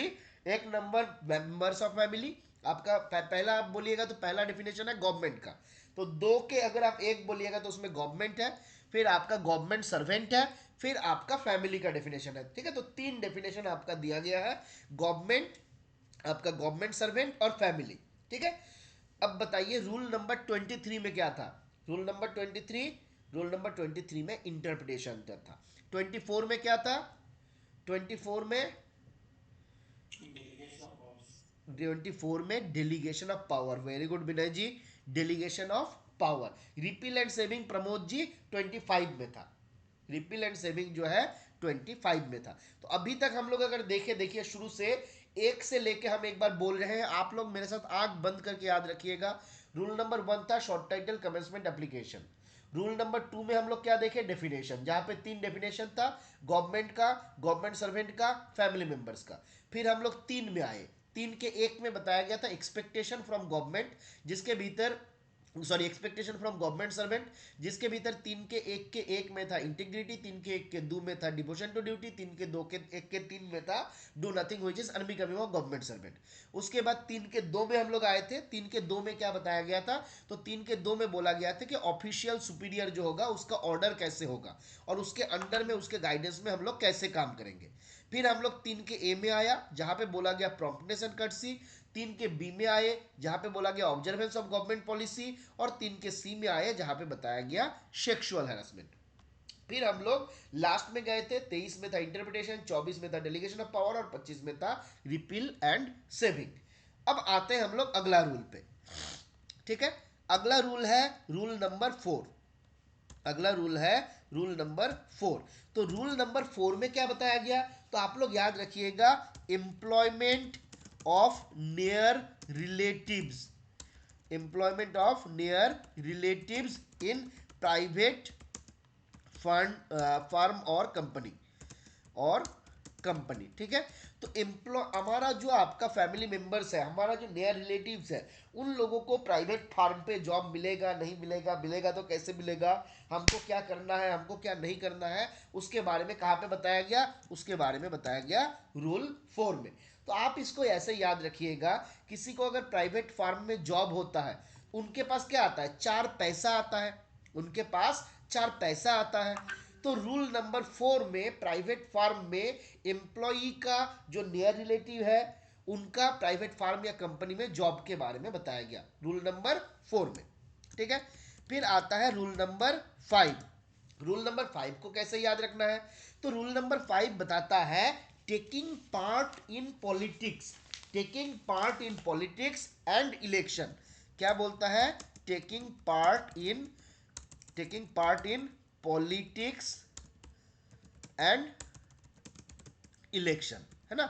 इसको बताता है taking part in politics and election. तो इलेक्शन जो होता है कितने दिन में होता है, कोई बताइए। इलेक्शन जो है अभी 2024 में होने वाला है, कितने दिन में होता है, 5 साल में होता है। तो 5 साल में इलेक्शन होता है, 5 साल में इलेक्शन होता है, और 5 साल में हमारा 5, तो वही हम लोग याद रखेंगे जो 5 साल में होता है, रूल 5 में वही बताया गया है ना। तो 5 से याद रखिएगा रूल 5, 5 साल में इलेक्शन होता है, और रूल 5 में ही टेकिंग पार्ट इन पॉलिटिक्स और इलेक्शन इसके बारे में बताया गया है। ठीक है, फिर आता है रूल 6। रूल 6 में क्या बताया गया? तो रूल 6 में बोला गया joining of government servant in association, joining joining in association, association में ज्वाइनिंग के बारे में कि गवर्नमेंट सर्वेंट जो है एसोसिएशन में ज्वाइन कर सकता है, नहीं कर सकता है, क्या कर सकता है, उसके बारे में कहाँ बताया गया? तो रूल नंबर 6 में बताया गया। कैसे याद रखिएगा? दो चीज याद रख सकते हैं कि जो एसोसिएशन में ज्वाइन करते हैं ना, वो दूसरे का छक्के छुड़ा देते हैं, है ना। या फिर आप इस तरीके से भी याद रख सकते हैं, क्या बोले, यही अच्छा रहेगा। बाकी एक दूसरा चीज़ है, पर वो याद रखने से हो सकता है आप लोगों में कोई एसोसिएशन वाला होगा तो आके हमको पीटेगा, तो हम इसलिए बोलना नहीं चाहते। तो आप याद रखिएगा, एसोसिएशन वाले जो खराब लोग होता है उसका छक्के छुड़ा देते हैं। क्या कर देते हैं? छक्के छुड़ा देते हैं। एसोसिएशन वाले बाकी लोगों का छक्के छुड़ा देते हैं। तो एसोसिएशन के बारे में क्या कहाँ पे बताया गया? रूल 6, है ना, रूल 6। ठीक है, चलिए याद रहेगा। आगे आते हैं हम लोग रूल 7। रूल 7 में हमको क्या याद रखना है? तो रूल 7 में बताया गया डेमोन्स्ट्रेशन एंड स्ट्राइक। तो आपको याद रखना है, आपको डेमोन्स्ट्रेशन और स्ट्राइक का साथ नहीं देना है। क्या नहीं करना है? डेमोन्स्ट्रेशन और स्ट्राइक का आपको साथ नहीं देना है। साथ मतलब 7, सात मतलब 7। तो रूल 7 में क्या बताया गया? डेमोन्स्ट्रेशन एंड स्ट्राइक के बारे में। तो इसका साथ हमको नहीं देना है। चलिए, तो 4 में क्या बताया गया था? Employment of near relatives in private firm और company. 5 number private taking part in politics and election. फिर आपका 6 नंबर एसोसिएशन वाले दूसरे का छक्के छुड़ा देते हैं। 7 नंबर डेमोन्स्ट्रेशन और स्ट्राइक का हमको साथ नहीं देना है। फिर आता है हम लोग रूल 8। रूल 8 क्या बताया? तो बंगाल में एक चैनल हुआ करता था, चैनल 8। वो क्या था? चैनल 8। तो हम इसको ऐसे याद रखते हैं कि भाई चैनल 8 जो है वो आपका था वहां पे। तो चैनल 8 में क्या बताया गया? यहाँ पे हमको बताया गया, सॉरी, यहाँ पे हमको क्या बताया गया? प्रेस और मीडिया के बारे में। ठीक है, प्रेस और मीडिया के बारे में कि हम लोग प्रेस और मीडिया के साथ क्या क्या कर सकते हैं, नहीं कर सकते हैं। कनेक्शन विथ प्रेस और मीडिया, क्या बताया गया? कनेक्शन विथ प्रेस और मीडिया। तो आप इसको याद रखिएगा, इस शब्द को। चैनल 8 जो है वहां पे प्रेस और मीडिया के साथ हमारा कनेक्शन के बारे में बताया गया, चैनल 8। ठीक है, फिर आते हैं हम लोग रूल 9। रूल 9 क्या बताता है? तो हमको यहाँ पे याद रखना है, रूल 9 में बोला गया क्रिटिसिज्म ऑफ गवर्नमेंट। ठीक है, क्रिटिसिज्म ऑफ गवर्नमेंट। तो इसको क्या बोला जाता है? गवर्नमेंट का क्रिटिसिज्म करना उचित नहीं है, उचित नहीं है। ठीक है, इसको अगर आप बांग्ला में बोलिएगा तो इसको बोलता है उचित नॉय। नॉय मतलब 9। ठीक है, उचित नहीं है मतलब उचित। नॉय, नॉय का मतलब होता है 9। तो क्रिटिसिज्म ऑफ गवर्नमेंट कहां पे बताया गया? रूल नंबर 9 पे बताया गया। याद रहेगा, क्रिटिसिज्म ऑफ गवर्नमेंट कहां बताया गया? रूल नंबर 9 पे बताया गया। चलिए अभी आप लोग पहले मेरे साथ बताइए, रूल नंबर आपका प्राइवेट फार्म और कंपनी में जॉब के बारे में, एम्प्लॉयमेंट के बारे में कौन सा रूल पे बताया गया था? चलिए वेरी गुड, रूल नंबर 4 पे बताया गया था। चलिए वेरी गुड। अब बताइए प्रेस और मीडिया के कनेक्शन के बारे में कहा बताया गया? प्रेस और मीडिया, वेरी गुड। किसी ने 9 नहीं है, 8 है। किसी ने 9 बोला, कौन 9 बोला? देखते हैं, एक मिनट। रामकृष्ण, 9 नहीं है, 9 में दूसरा चीज है, criticism of government. Criticism of government जो है 9 में है। प्रेस और मीडिया मतलब चैनल, चैनल 8 याद रखना है। तो चैनल 8 में क्या बोला गया? क्रिटिसिज्म ऑफ गवर्नमेंट के, सॉरी, प्रेस और मीडिया के साथ हमारा कनेक्शन के बारे में। अच्छा बताइए, स्ट्राइक कौन सा रूल में बताया गया? स्ट्राइक के बारे में रूल नंबर 7, बिल्कुल स्ट्राइक के बारे में कहा बताया गया, रूल नंबर 7 पे बताया गया। Very good. चलिए अब बताइए, एसोसिएशन में हम लोग पार्ट ले सकते हैं नहीं, एसोसिएशन में ज्वाइन कर सकते हैं नहीं, कहा बताया गया, रूल 6। Very good. चलिए अब बताइए, 5 में कहा से हो गया लक्ष्मणा जी, लक्ष्मणा जी, लक्ष्मणा राव, 5 में क्या था बताइए, चलिए अभी 5 में क्या था बताइए, 6 में था, एसोसिएशन 6 में था, तो 5 में क्या था, 5 में 5 साल में क्या होता है, इलेक्शन पॉलिटिक्स होता है। Very good. तो 5 में बताया गया था पॉलिटिक्स में हमारा कनेक्शन के बारे में, ठीक है, हम लोग वोट ले सकते, क्या कर सकते हैं नहीं कर सकते उसके बारे में। तो हम लोग देखिए, हमारा अगर यहाँ से देखिए, हम लोग 4 हो गया, 5 हो गया, 6 हो गया, 7 हो गया, 8 हो गया, 9 हो गया, तो हम लोग 1 से लेके 9 तक हम लोगों का हो चुका है। अब आते हैं हम लोग रूल 10 पे, ठीक है, रूल 10। रूल 10 पे क्या बताया गया, तो रूल 10 में बताया गया एविडेंस बिफोर कमिटी, ठीक है, एविडेंस बिफोर कमिटी के बारे में, एविडेंस बिफोर कमिटी और एनी अदर अथॉरिटी, और एनी अदर अथॉरिटी। तो हम लोग क्या होता है, देखिए एविडेंस के आधार पे कोई केस जो है ये प्रूव्ड है या नॉट प्रूव्ड है, ये डिपेंड करता है, ठीक है, एविडेंस जो होता है इसके ऊपर डिपेंड करता है। मतलब क्या हुआ कि एविडेंस जो है बहुत ज्यादा इंपॉर्टेंट है, एविडेंस जो है वो बहुत ज्यादा इंपॉर्टेंट है, ठीक है। तो टीम का, किसी भी क्रिकेट टीम, फुटबॉल टीम का सबसे इंपॉर्टेंट खिलाड़ी का नंबर क्या होता है, सबसे इंपॉर्टेंट खिलाड़ी का नंबर 10 होता है। तो जो एविडेंस देता है वो सबसे ज्यादा इंपॉर्टेंट होता है, इसलिए एविडेंस बिफोर कमिटी, जो एविडेंस देगा उसके बारे में कहां पे बताया गया, उसके बारे में रूल 10 पे बताया गया, ठीक है। ठंडा लग गया हमको, हालत बहुत ख़राब है, इसलिए थोड़ा हमको माफ़ कर दीजिएगा कि बीच बीच में नाक ये करना पड़ रहा है। उसके बाद आता है रूल 11। रूल 11 में क्या बताया गया, तो रूल 11 में बताया गया कम्युनिकेशन ऑफ ऑफिशियल इंफॉर्मेशन, ठीक है, कम्युनिकेशन ऑफ ऑफिशियल इंफॉर्मेशन। अब क्या है कि मान लीजिए कि कोई एक आदमी है और ये अकेला है, ये अकेला है, तो अकेला आदमी क्या कर सकता है, कम्युनिकेट नहीं कर सकता। कब कम्युनिकेट करेगा, जब यहाँ पे कोई दूसरा व्यक्ति आएगा, जब यहाँ पे कोई दूसरा आएगा, तो ये अकेला रहेगा तो कम्युनिकेट नहीं होगा, जब ये आएगा तब कम्युनिकेट होगा। तो एक, ये अकेला था, नहीं हो रहा था, ये आया तो कम्युनिकेट हुआ, तो एक और एक में क्या हुआ, 11 हुआ, है ना। तो अकेला कोई आदमी कम्युनिकेट नहीं कर सकता है, जब साथ में और एक आता है तब कम्युनिकेट होता है। इसलिए कम्युनिकेशन ऑफ ऑफिशियल इंफॉर्मेशन के बारे में कहा बताया गया, रूल 11 में बताया गया। याद रहेगा, कम्युनिकेशन ऑफ ऑफिशियल इंफॉर्मेशन कहां पे बताया गया, रूल 11 में बताया गया, ठीक है, कम्युनिकेशन ऑफ ऑफिशियल इंफॉर्मेशन, ठीक है। अब आते हैं हम लोग रूल 12 के बारे में। रूल 12 क्या बताता है, तो रूल 12 बताता है सब्सक्रिप्शन, ठीक है, ये बताता है सब्सक्रिप्शन। सब्सक्रिप्शन क्या है, तो हम लोग अलग अलग जगह पे चंदा वगैरह देते हैं, फीस देते हैं, तो वो जो पैसा हम लोग देते हैं उसको सब्सक्रिप्शन बोला जाता है। तो आप इसको याद रखिएगा, 12 मंथ्स सब्सक्रिप्शन।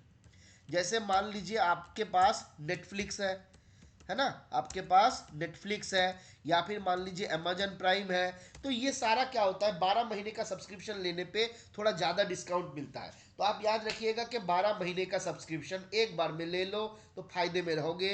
रूल 12 में बताया गया सब्सक्रिप्शन के बारे में, ठीक है। फिर आता है रूल 13। रूल 13 क्या बताता है, रूल 13 बताता है गिफ्ट के बारे में, कि government servant are very unlucky, unlucky in matters of, in connection with gift, in connection with, in connection with gifts, है ना। तो गिफ्ट्स के मामले में गवर्नमेंट सर्वेंट जो है वो बहुत अनलकी है, इसलिए रूल 13 में आपको बताया गया है गिफ्ट के बारे में, ठीक है।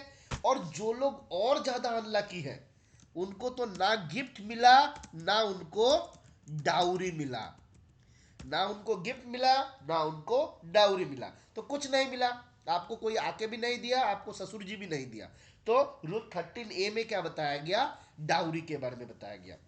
गिफ्ट जब हम लोग पढ़ते हैं तो यहाँ पे थोड़ा सा आपको याद रखना होता है, 7.5 15 और 25, ये 4 ओकेशन दिया गया था आपका मैरिज, एनिवर्सरी, है ना, फ्यूनरल और रिलीजियस फंक्शन, है ना।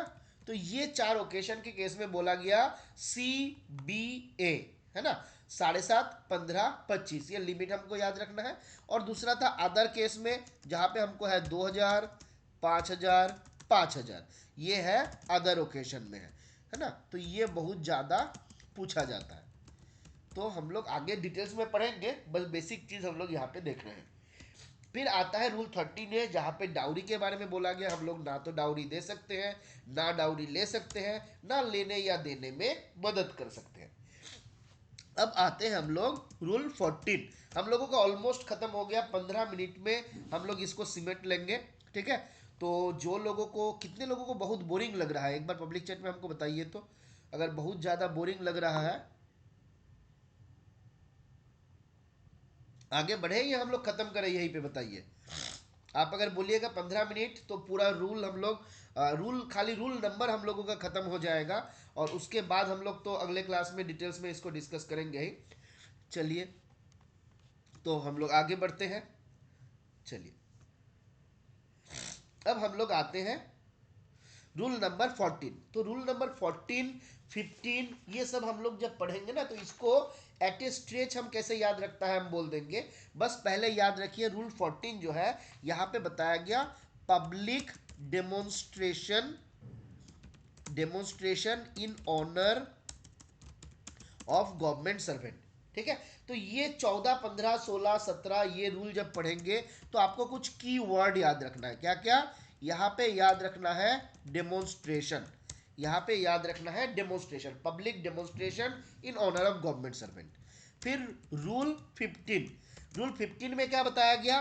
तो रूल 15 में जब आप देखिएगा, वहां पे बताया गया प्राइवेट, ट्रेड और एम्प्लॉयमेंट। क्या बोला गया? प्राइवेट, ट्रेड और एम्प्लॉयमेंट। चलिए, डेमोन्स्ट्रेशन, प्राइवेट, ट्रेड और एम्प्लॉयमेंट। फिर आता है रूल 15 का ए, जहां पे क्या बताया गया? जहां पे आपका बताया गया है subletting of government accommodation,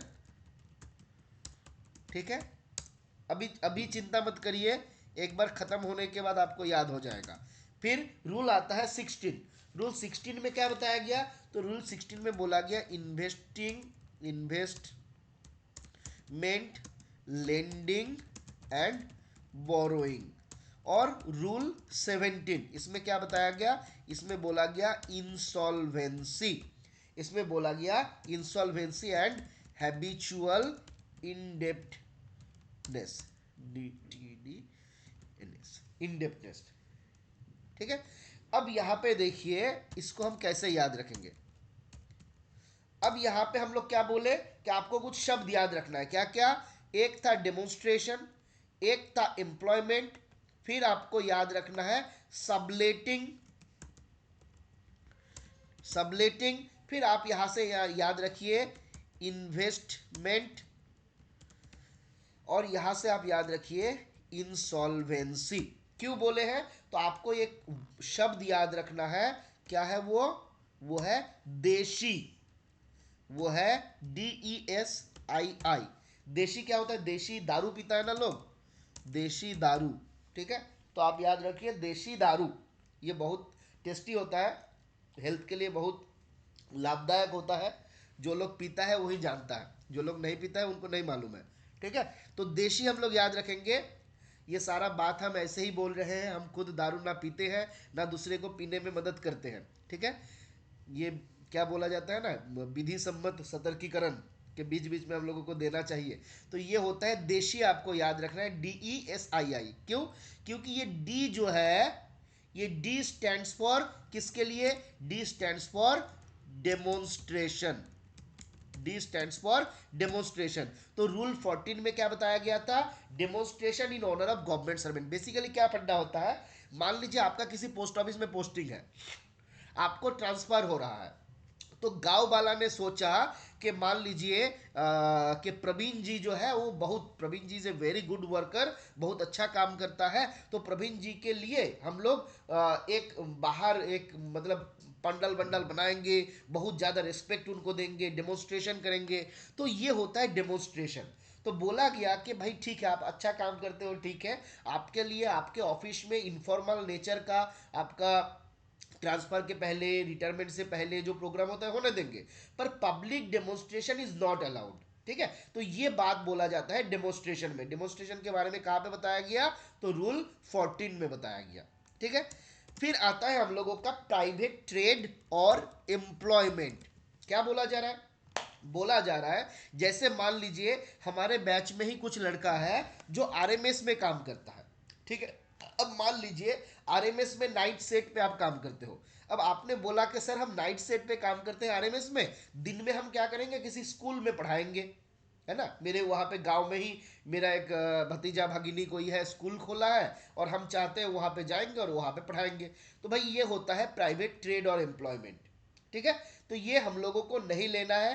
government servant जो है 24 आवर गवर्नमेंट सर्विसेज में है, गवर्नमेंट के सर्विस के डिस्पोजल में है, जिसलिए इस दौरान आप कुछ भी दूसरा काम नहीं कर सकते हैं। तो ये हो गया, ई में हो गया आपका एम्प्लॉयमेंट।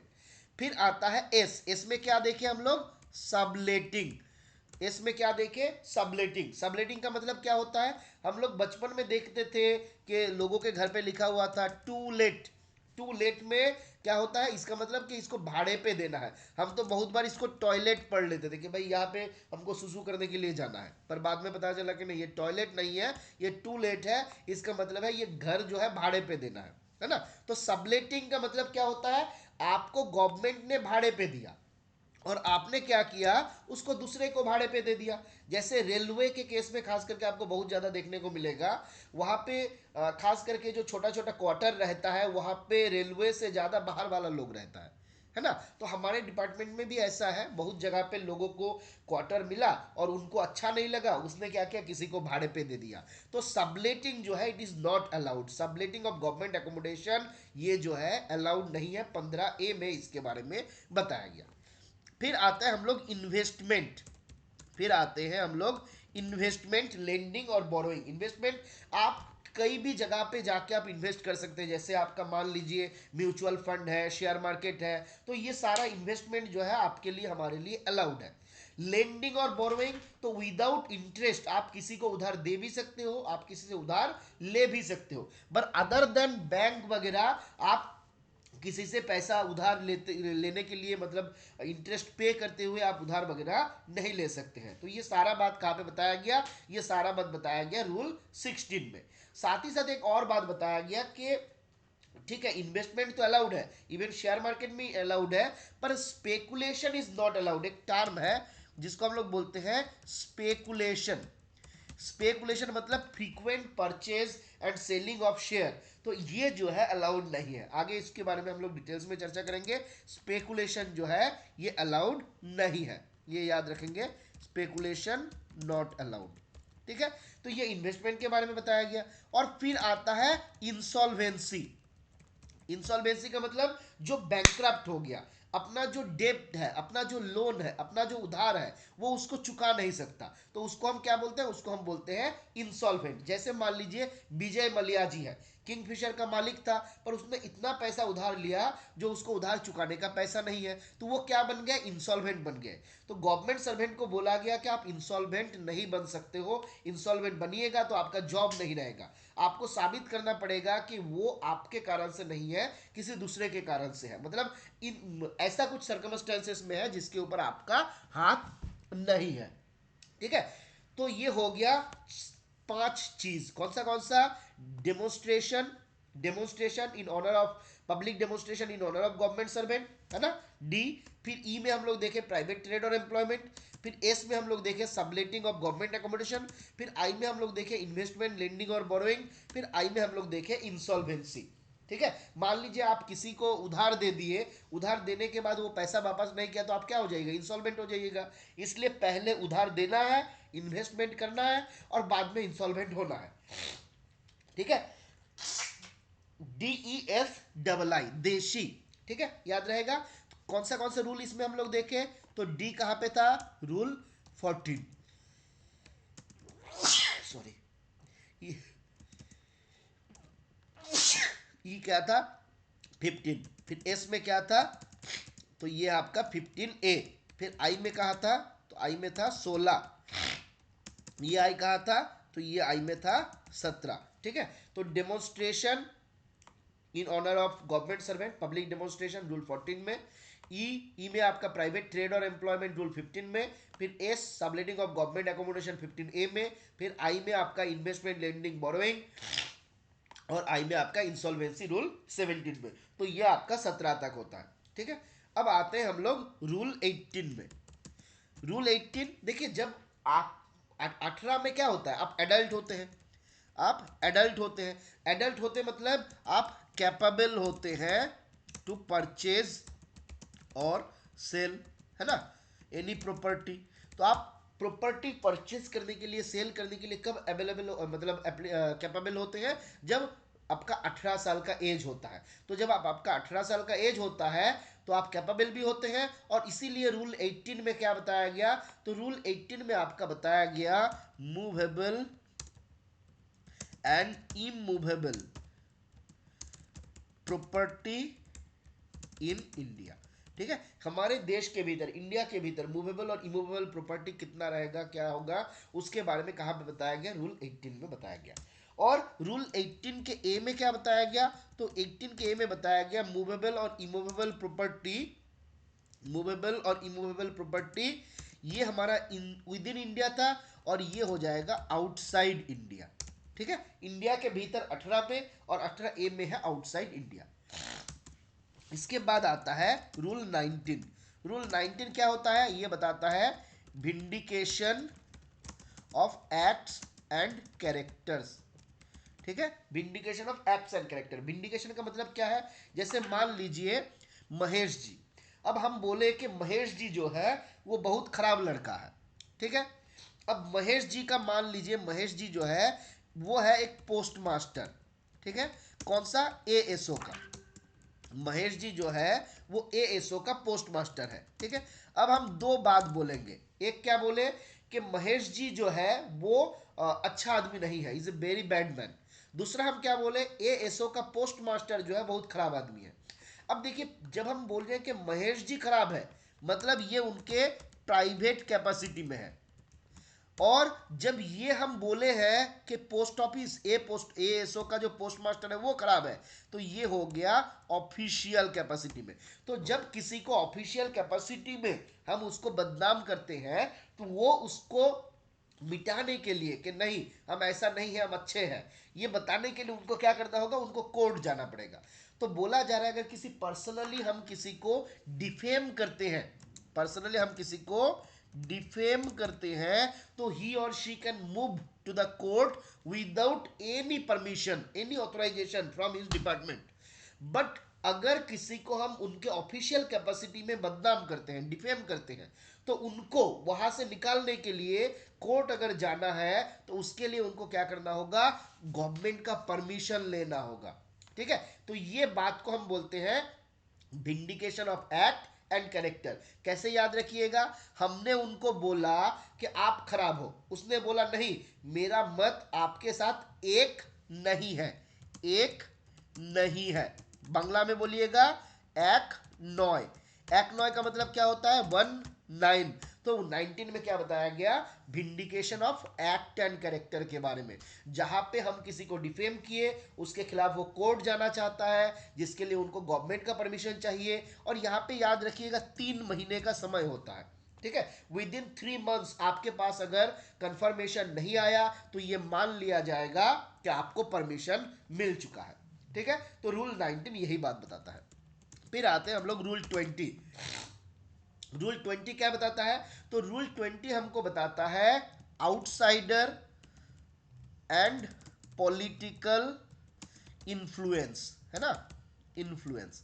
तो हम लोग क्या करते हैं, बहुत जगह पे हमको मान लीजिए ट्रांसफर हो गया किसी जगह पे, हमको वहां पे जाना है नहीं, तो हम क्या करेंगे, हम अपना मामा चाचा काका भाई फूफा जो है पॉलिटिक्स में, हम उनको बोलेंगे चाचा चाचा मेरा ना दूध ट्रांसफर कर दिया, तुम हमको करीब ला के दो ना। तो ये क्या हुआ, हमने पॉलिटिकल इन्फ्लुएंस लाया अपने सुपरिटेंडेंट के ऊपर, है ना। तो ये पॉलिटिकल और आउटसाइडर का जो इन्फ्लुएंस लाता है, या फिर मान लीजिए हमको चार्जशीट हुआ है, हमको वहां से निकलना है, तो हम क्या करेंगे, मामा चाचा फूफा को फिर कॉल करेंगे कि चाचा हमको बचाओ, है ना। तो ये होता है आउटसाइडर इन्फ्लुएंस। और जब भी कोई चार्जशीट इशू होता है, उस चार्जशीट में हम लोग ये बात भी लिख देते हैं कि रूल 20 को वायोलेट नहीं करना है, आपको कोई आउटसाइडर या पॉलिटिकल इन्फ्लुएंस नहीं लाना है। आप इसको कैसे याद रखिएगा, रूल 20 का मतलब होता है 20, है ना। हम लोग क्या बोलते हैं, 20 मतलब 20, और बंगला में 20 का मतलब होता है जहर, है ना, जहर। तो जो आउटसाइडर इन्फ्लुएंस लाता है वो सब लोग जहरीला होता है, जहर का मतलब होता है 20, 20 का मतलब 20। तो रूल 20 में क्या बताया गया, जो लोग आउटसाइड का इन्फ्लुएंस लाता है उनके बारे में, ठीक है। अब आते हैं हम लोग रूल 21। अब एक बात बताइए, 21 के एज में हमारा क्या होता है, 21 के एज में क्या होता है, पब्लिक चैट में बताइए फटाफट से। जिसका जिसका नहीं हुआ है वो भी बताइए। जिसका मैरिज होता है, शादी होता है, very good Neeraj ji, very good Govind जी। तो 21 के बाद हम लोग कैपेबल हो जाते हैं किसके लिए, शादी के लिए। तो रूल 21 जो है ये शादी के बारे में बताता है कि आप किससे शादी कर सकते हो, किससे नहीं कर सकते हो, कितना शादी कर सकते हो, सारा डिटेल्स जो है रूल 21 में बताता है, ठीक है। अगले दिन हम लोग इसको डिटेल्स में डिस्कस करेंगे। अब शादी के बाद अगर आप खुश नहीं हो बीवी से या फिर हस्बैंड से, तो आप क्या करिएगा, तो भाई हम उस दिन दारू पियेंगे, है ना। अगर बिहार में नहीं हो, अगर आप बिहार में हो या फिर ऐसा कोई स्टेट हो, गुजरात में हो, तो वो ड्राई स्टेट होगा, वहाँ पे तो पी नहीं सकते। पर अगर आप बंगाल में है या फिर मान लीजिए उड़ीसा में है या कोई दूसरा ऐसा स्टेट है जहाँ पे प्रोविजन नहीं है, मना नहीं है, तो वहाँ पे हम क्या कर सकते हैं, हम इंटॉक्सिकेटिंग ड्रिंक और ड्रग एंड ड्रग, इसके बारे में बताया गया रूल 20 के बारे में, मतलब दारू पी सकते हैं, है ना, दारू पीना। तो भाई बीबी से खुश नहीं, शादी से खुश नहीं, बीबी से नहीं, बीबी से हम बोल नहीं सकते, शादी से अगर कोई खुश नहीं है, 21 में शादी किया, शादी से ना खुश, पुराना बॉयफ्रेंड गर्लफ्रेंड जो है सता रहा है, तो हमने क्या किया, दारू पीना शुरू कर दिया। तो रूल 22 में क्या बताया गया, इंटॉक्सिकेटिंग ड्रिंक और ड्रग के बारे में। यहाँ पे बहुत सारा प्रोविजन है, जैसे आप कहाँ पी सकते हो, कहाँ नहीं पी सकते हो, कहाँ पी के जा सकते हो, नहीं जा सकते हो, हम लोग अगले क्लास में इसके बारे में चर्चा करेंगे। फिर बताता है रूल 23, 24 और 20, सॉरी यहाँ पे हम एक और चीज छोड़ गए, 22 का ए। अब ज्यादा किसी ने दारू पी लिया, उसके बाद क्या होता है, कोई है पीने वाला, उसके बाद होता है वोमिटिंग, है ना। वोमिटिंग मतलब क्या होगा, रूम आप गंदा करिएगा। अब गंदा रूम अगर हो गया तो साफ कौन करेगा, साफ करने के लिए, साफ करने के लिए हम क्या करेंगे, हम लेबर रखेंगे, है ना, घर पे काम करने के लिए। तो बोला गया उसका एज जो है 14 ईयर्स से कम नहीं होना चाहिए। मिनिमम एज कितना होगा, मिनिमम 14 ईयर्स। तो आपको अगर काम करने के लिए किसी को रखना है, उसका एज मिनिमम 14 ईयर्स होना चाहिए, उसके नीचे का आप रख नहीं सकते। ये बताता है रूल 22 का ए में। इसके बाद रूल 23, रूल 24, रूल 25, ये तीनों हम लोग ऑलरेडी देखे हैं।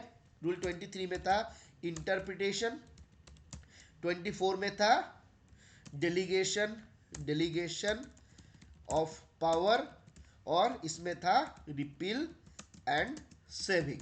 तो ये हमारा जो पूरा 25 रूल है वो खत्म होता है ना। यहां तक हम अगर थोड़ा सा एक बार रिवाइज कर देंगे तो मुझे लगता है और अच्छा रहेगा आपका। चलिए एक बार हम लोग इसको रिवाइज कर ले, आप लोग मेरे साथ साथ बताइएगा फटाफट से, पब्लिक चैट में बता सकते हैं आप लोग। चलिए शॉर्ट हम रैंडमली पूछेंगे आप लोगों से, ठीक है। डेफिनेशन के बारे में कहा बताया गया, फटाफट बताइए डेफिनेशन के बारे में, आंख बंद करके, वेरी गुड। डेफिनेशन कहाँ बताया गया, रूल 2 में बताया गया। अरे प्रमोद जी रूल 5 में कहाँ से भेज दिए, पिटाई खाइएगा आप। साथ में किसी ने एक बोला है, उसको भी मार खाना है। संदेश जी, रूल 1 में क्या था, short title commencement application. Rule 1 में था short title commencement application, rule 2 में है डेफिनेशन, याद रहेगा, रूल 2 में है डेफिनेशन। फिर बताइए आप लोग, पॉलिटिक्स में पार्ट नहीं लेना है, पॉलिटिक्स में पार्ट नहीं लेना है, कहाँ पे बताया गया था, पॉलिटिक्स का 5 में बताया गया था, रूल 5, रूल 5 पॉलिटिक्स। चलिए एसोसिएशन के बारे में कहाँ बताया गया था, एसोसिएशन एसोसिएशन के बारे में रूल 6 में बताया गया था। चलिए वेरी गुड। अब बताइए आप प्रेस और मीडिया के बारे में कहाँ बताया गया था?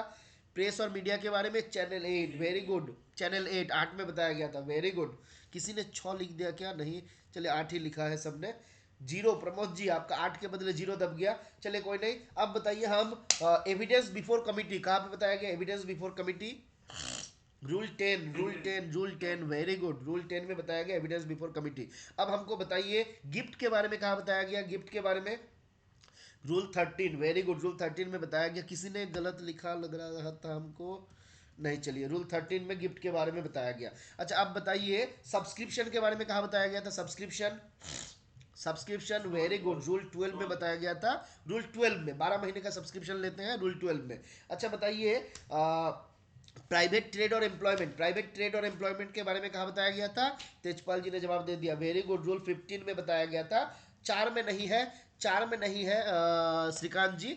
4 में क्या था? 4 में भी एम्प्लॉयमेंट था, पर वहां पे था employment of near relatives, employment of near relatives in private firm और कंपनी। ठीक है, दो एम्प्लॉयमेंट को आपको अलग करना होगा। देखिए पहला वाला में बताया गया था employment of near relatives in private firm और कंपनी, तो पहले था नियर रिलेटिव्स का एम्प्लॉयमेंट, और 15 में था अपना एम्प्लॉयमेंट। ठीक है, 15 में आप एम्प्लॉय नहीं बन सकते, और 4 में बोला गया आपका भाई बहन फैमिली मेंबर्स जो है वो कहाँ का आपका एम्प्लॉयमेंट ले सकता है उसके बारे में। ठीक है, आगे आते हैं 15A। 15A में क्या बताया गया था बोलिए तो? बहुत इंपॉर्टेंट एक सब रूल है 15A, खतरनाक इंपॉर्टेंट है। 15A में क्या बताया गया था? Subletting of government accommodation. Very good, subletting of government accommodation. अच्छा बताइए demonstration in honour of public, demonstration in honour of government servant, public demonstration, public demonstration. Tejpal ji demonstration and strike जो है वो साथ में था, डेमोन्स्ट्रेशन स्ट्राइक जो है साथ में था। Public demonstration in honour of government servant rule 14 में था। ठीक है, वेरी गुड। बताइए आप प्रॉपर्टी के बारे में, property in India, movable and immovable property in India कहाँ पे बताया गया था? रूल 18 में बताया गया था। Very good. अच्छा बताइए insolvency, insolvency habitual indebtedness, insolvency habitual indebtedness 16 में इन्वेस्टमेंट था। तेजपाल जी 16 में इन्वेस्टमेंट था, 17 में था आपका इंसॉल्वेंसी हैबिचुअल इंडेप्टनेस। ठीक है, पहले आप उधार दिए, उधार लिए और इन्वेस्टमेंट गलत जगह किए। देखिए इन्वेस्टमेंट गलत जगह करिएगा तभी आप इंसॉल्वेंट बनिएगा, इसलिए पहले इन्वेस्टमेंट है फिर इंसॉल्वेंट है। ठीक है, इन्वेस्टमेंट गलत जगह करिएगा तभी आप इंसॉल्वेंट बनिएगा। ठीक है, फिर आता है 19। 19 में क्या बताया गया था, किसी को याद है? 19 में क्या बताया गया था? शब्द थोड़ा मुश्किल है इसलिए हम पूछे आप लोगों को। 19 में क्या बताया गया था? Vindication. Very good Mahesh ji, vindication of act and character, vindication of act and character में कहां पे बताया गया? तो 19 में बताया गया था vindication of act and character के बारे में। ठीक है, अच्छा बताइए अब बताइए canvassing of non official and outsider influence, canvassing of non official and outsider influence कहाँ पे बताया गया? रूल 20 में बताया गया। वेरी गुड, रूल 20 में। अच्छा कितना शादी कर सकते हैं, नहीं कर सकते हैं, क्या कर सकते हैं, कहाँ पे बताया गया शादी के बारे में? रूल 21 में बताया गया। बहुत बढ़िया। अब बताइए शादी के बाद दारू पी सकते हैं कि नहीं, कहाँ पे बताया गया? रूल 22 में बताया गया। Very good. अब बताइए दारू पीने के बाद साफ करने के लिए जो रखना होगा उसका एज मिनिमम कितना होना है? 22A में बताया गया था एज कितना होना है मिनिमम? एज मिनिमम 14 ईयर्स होना चाहिए। Very good. 22A में 14 के बिलो नहीं होना चाहिए, 14 बिलो नहीं होना चाहिए आर्यन जी, 14 के अबव होना चाहिए, should not be below 14 years. ठीक है, अब बताइए 22 का ए हो गया। अच्छा इंटरप्रिटेशन के बारे में कहाँ पे बताया गया था? इंटरप्रिटेशन, इंटरप्रिटेशन के बारे में कहाँ पे बताया गया था? इंटरप्रिटेशन के बारे में 23 में बताया था। Very good. अच्छा बताइए इंटीग्रिटी के बारे में कहाँ बताया गया था? इतना दूर पढ़ने के बाद हम लगता है पहला वाला भूल चुके होंगे। इंटीग्रिटी के बारे में 3 के 1 के 1, वेरी गुड, 3 के 1 के 1 में बताया गया था। ठीक है, 3 के ए में नहीं, 3 के 1 के 1 में बताया गया था। ठीक है, रंजन जी आपने, रजन जी आपने 3A बताए, श्रीकांत जी 3 बताए।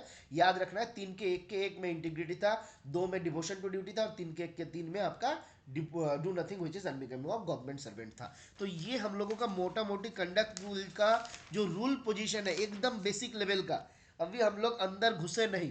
ठीक है, बस ये ऊपर से हम लोग खत्म किए हैं आज के क्लास में, और कल हम लोग दूसरा टॉपिक के ऊपर क्लास करेंगे। कल हम लोग पीओ पोस्टल मैनुअल वॉल्यूम 5 पढ़ेंगे। ठीक है, और परसों हम उम्मीद करते हैं हम लोग अगला क्लास हम लोगों का रहेगा, और परसों के दिन में क्लास में हम लोग कंडक्ट रूल का इस बार रूल को पढ़ेंगे। अभी हम लोग रूल नंबर पढ़े हैं, बस ओवरव्यू एक देखे हैं। अगला क्लास में हम लोग रूल को डिटेल्स में पढ़ेंगे, उसका जीआईडी को पढ़ेंगे। अब अगर एक क्लास में खत्म हो गया तो अच्छी बात है, नहीं हो गया तो दो क्लास में खत्म करेंगे, कुछ फर्क नहीं पड़ता। टेस्ट तेजपाल जी अभी नहीं लेंगे, टेस्ट आपका होगा खत्म होने के बाद, ठीक है। अभी खाली बेसिक पढ़े हैं, अभी हम लोगों का खत्म नहीं हुआ, ठीक है। तो हम लोग मान लीजिए अगला और एक क्लास से दो क्लास के भीतर हम लोगों का ये खत्म हो जाएगा, उसके बाद हम लोग टेस्ट कंडक्ट करेंगे, ठीक है। और साथ में थोड़ा सा हम लोग अपना एडवर्टाइजमेंट भी कर लेते हैं कि आप लोगों में से अगर कोई भी हमारे क्लास में ज्वाइन नहीं किए और चाहते हैं ज्वाइन करना, तो यहाँ पे दिया हुआ है फ़ोन नंबर। आप फटाफट फ़ोन मत घुमाइए, आप इसमें व्हाट्सएप में मैसेज करिए। ये फ़ोन नंबर आपको दिखाई दे रहा है।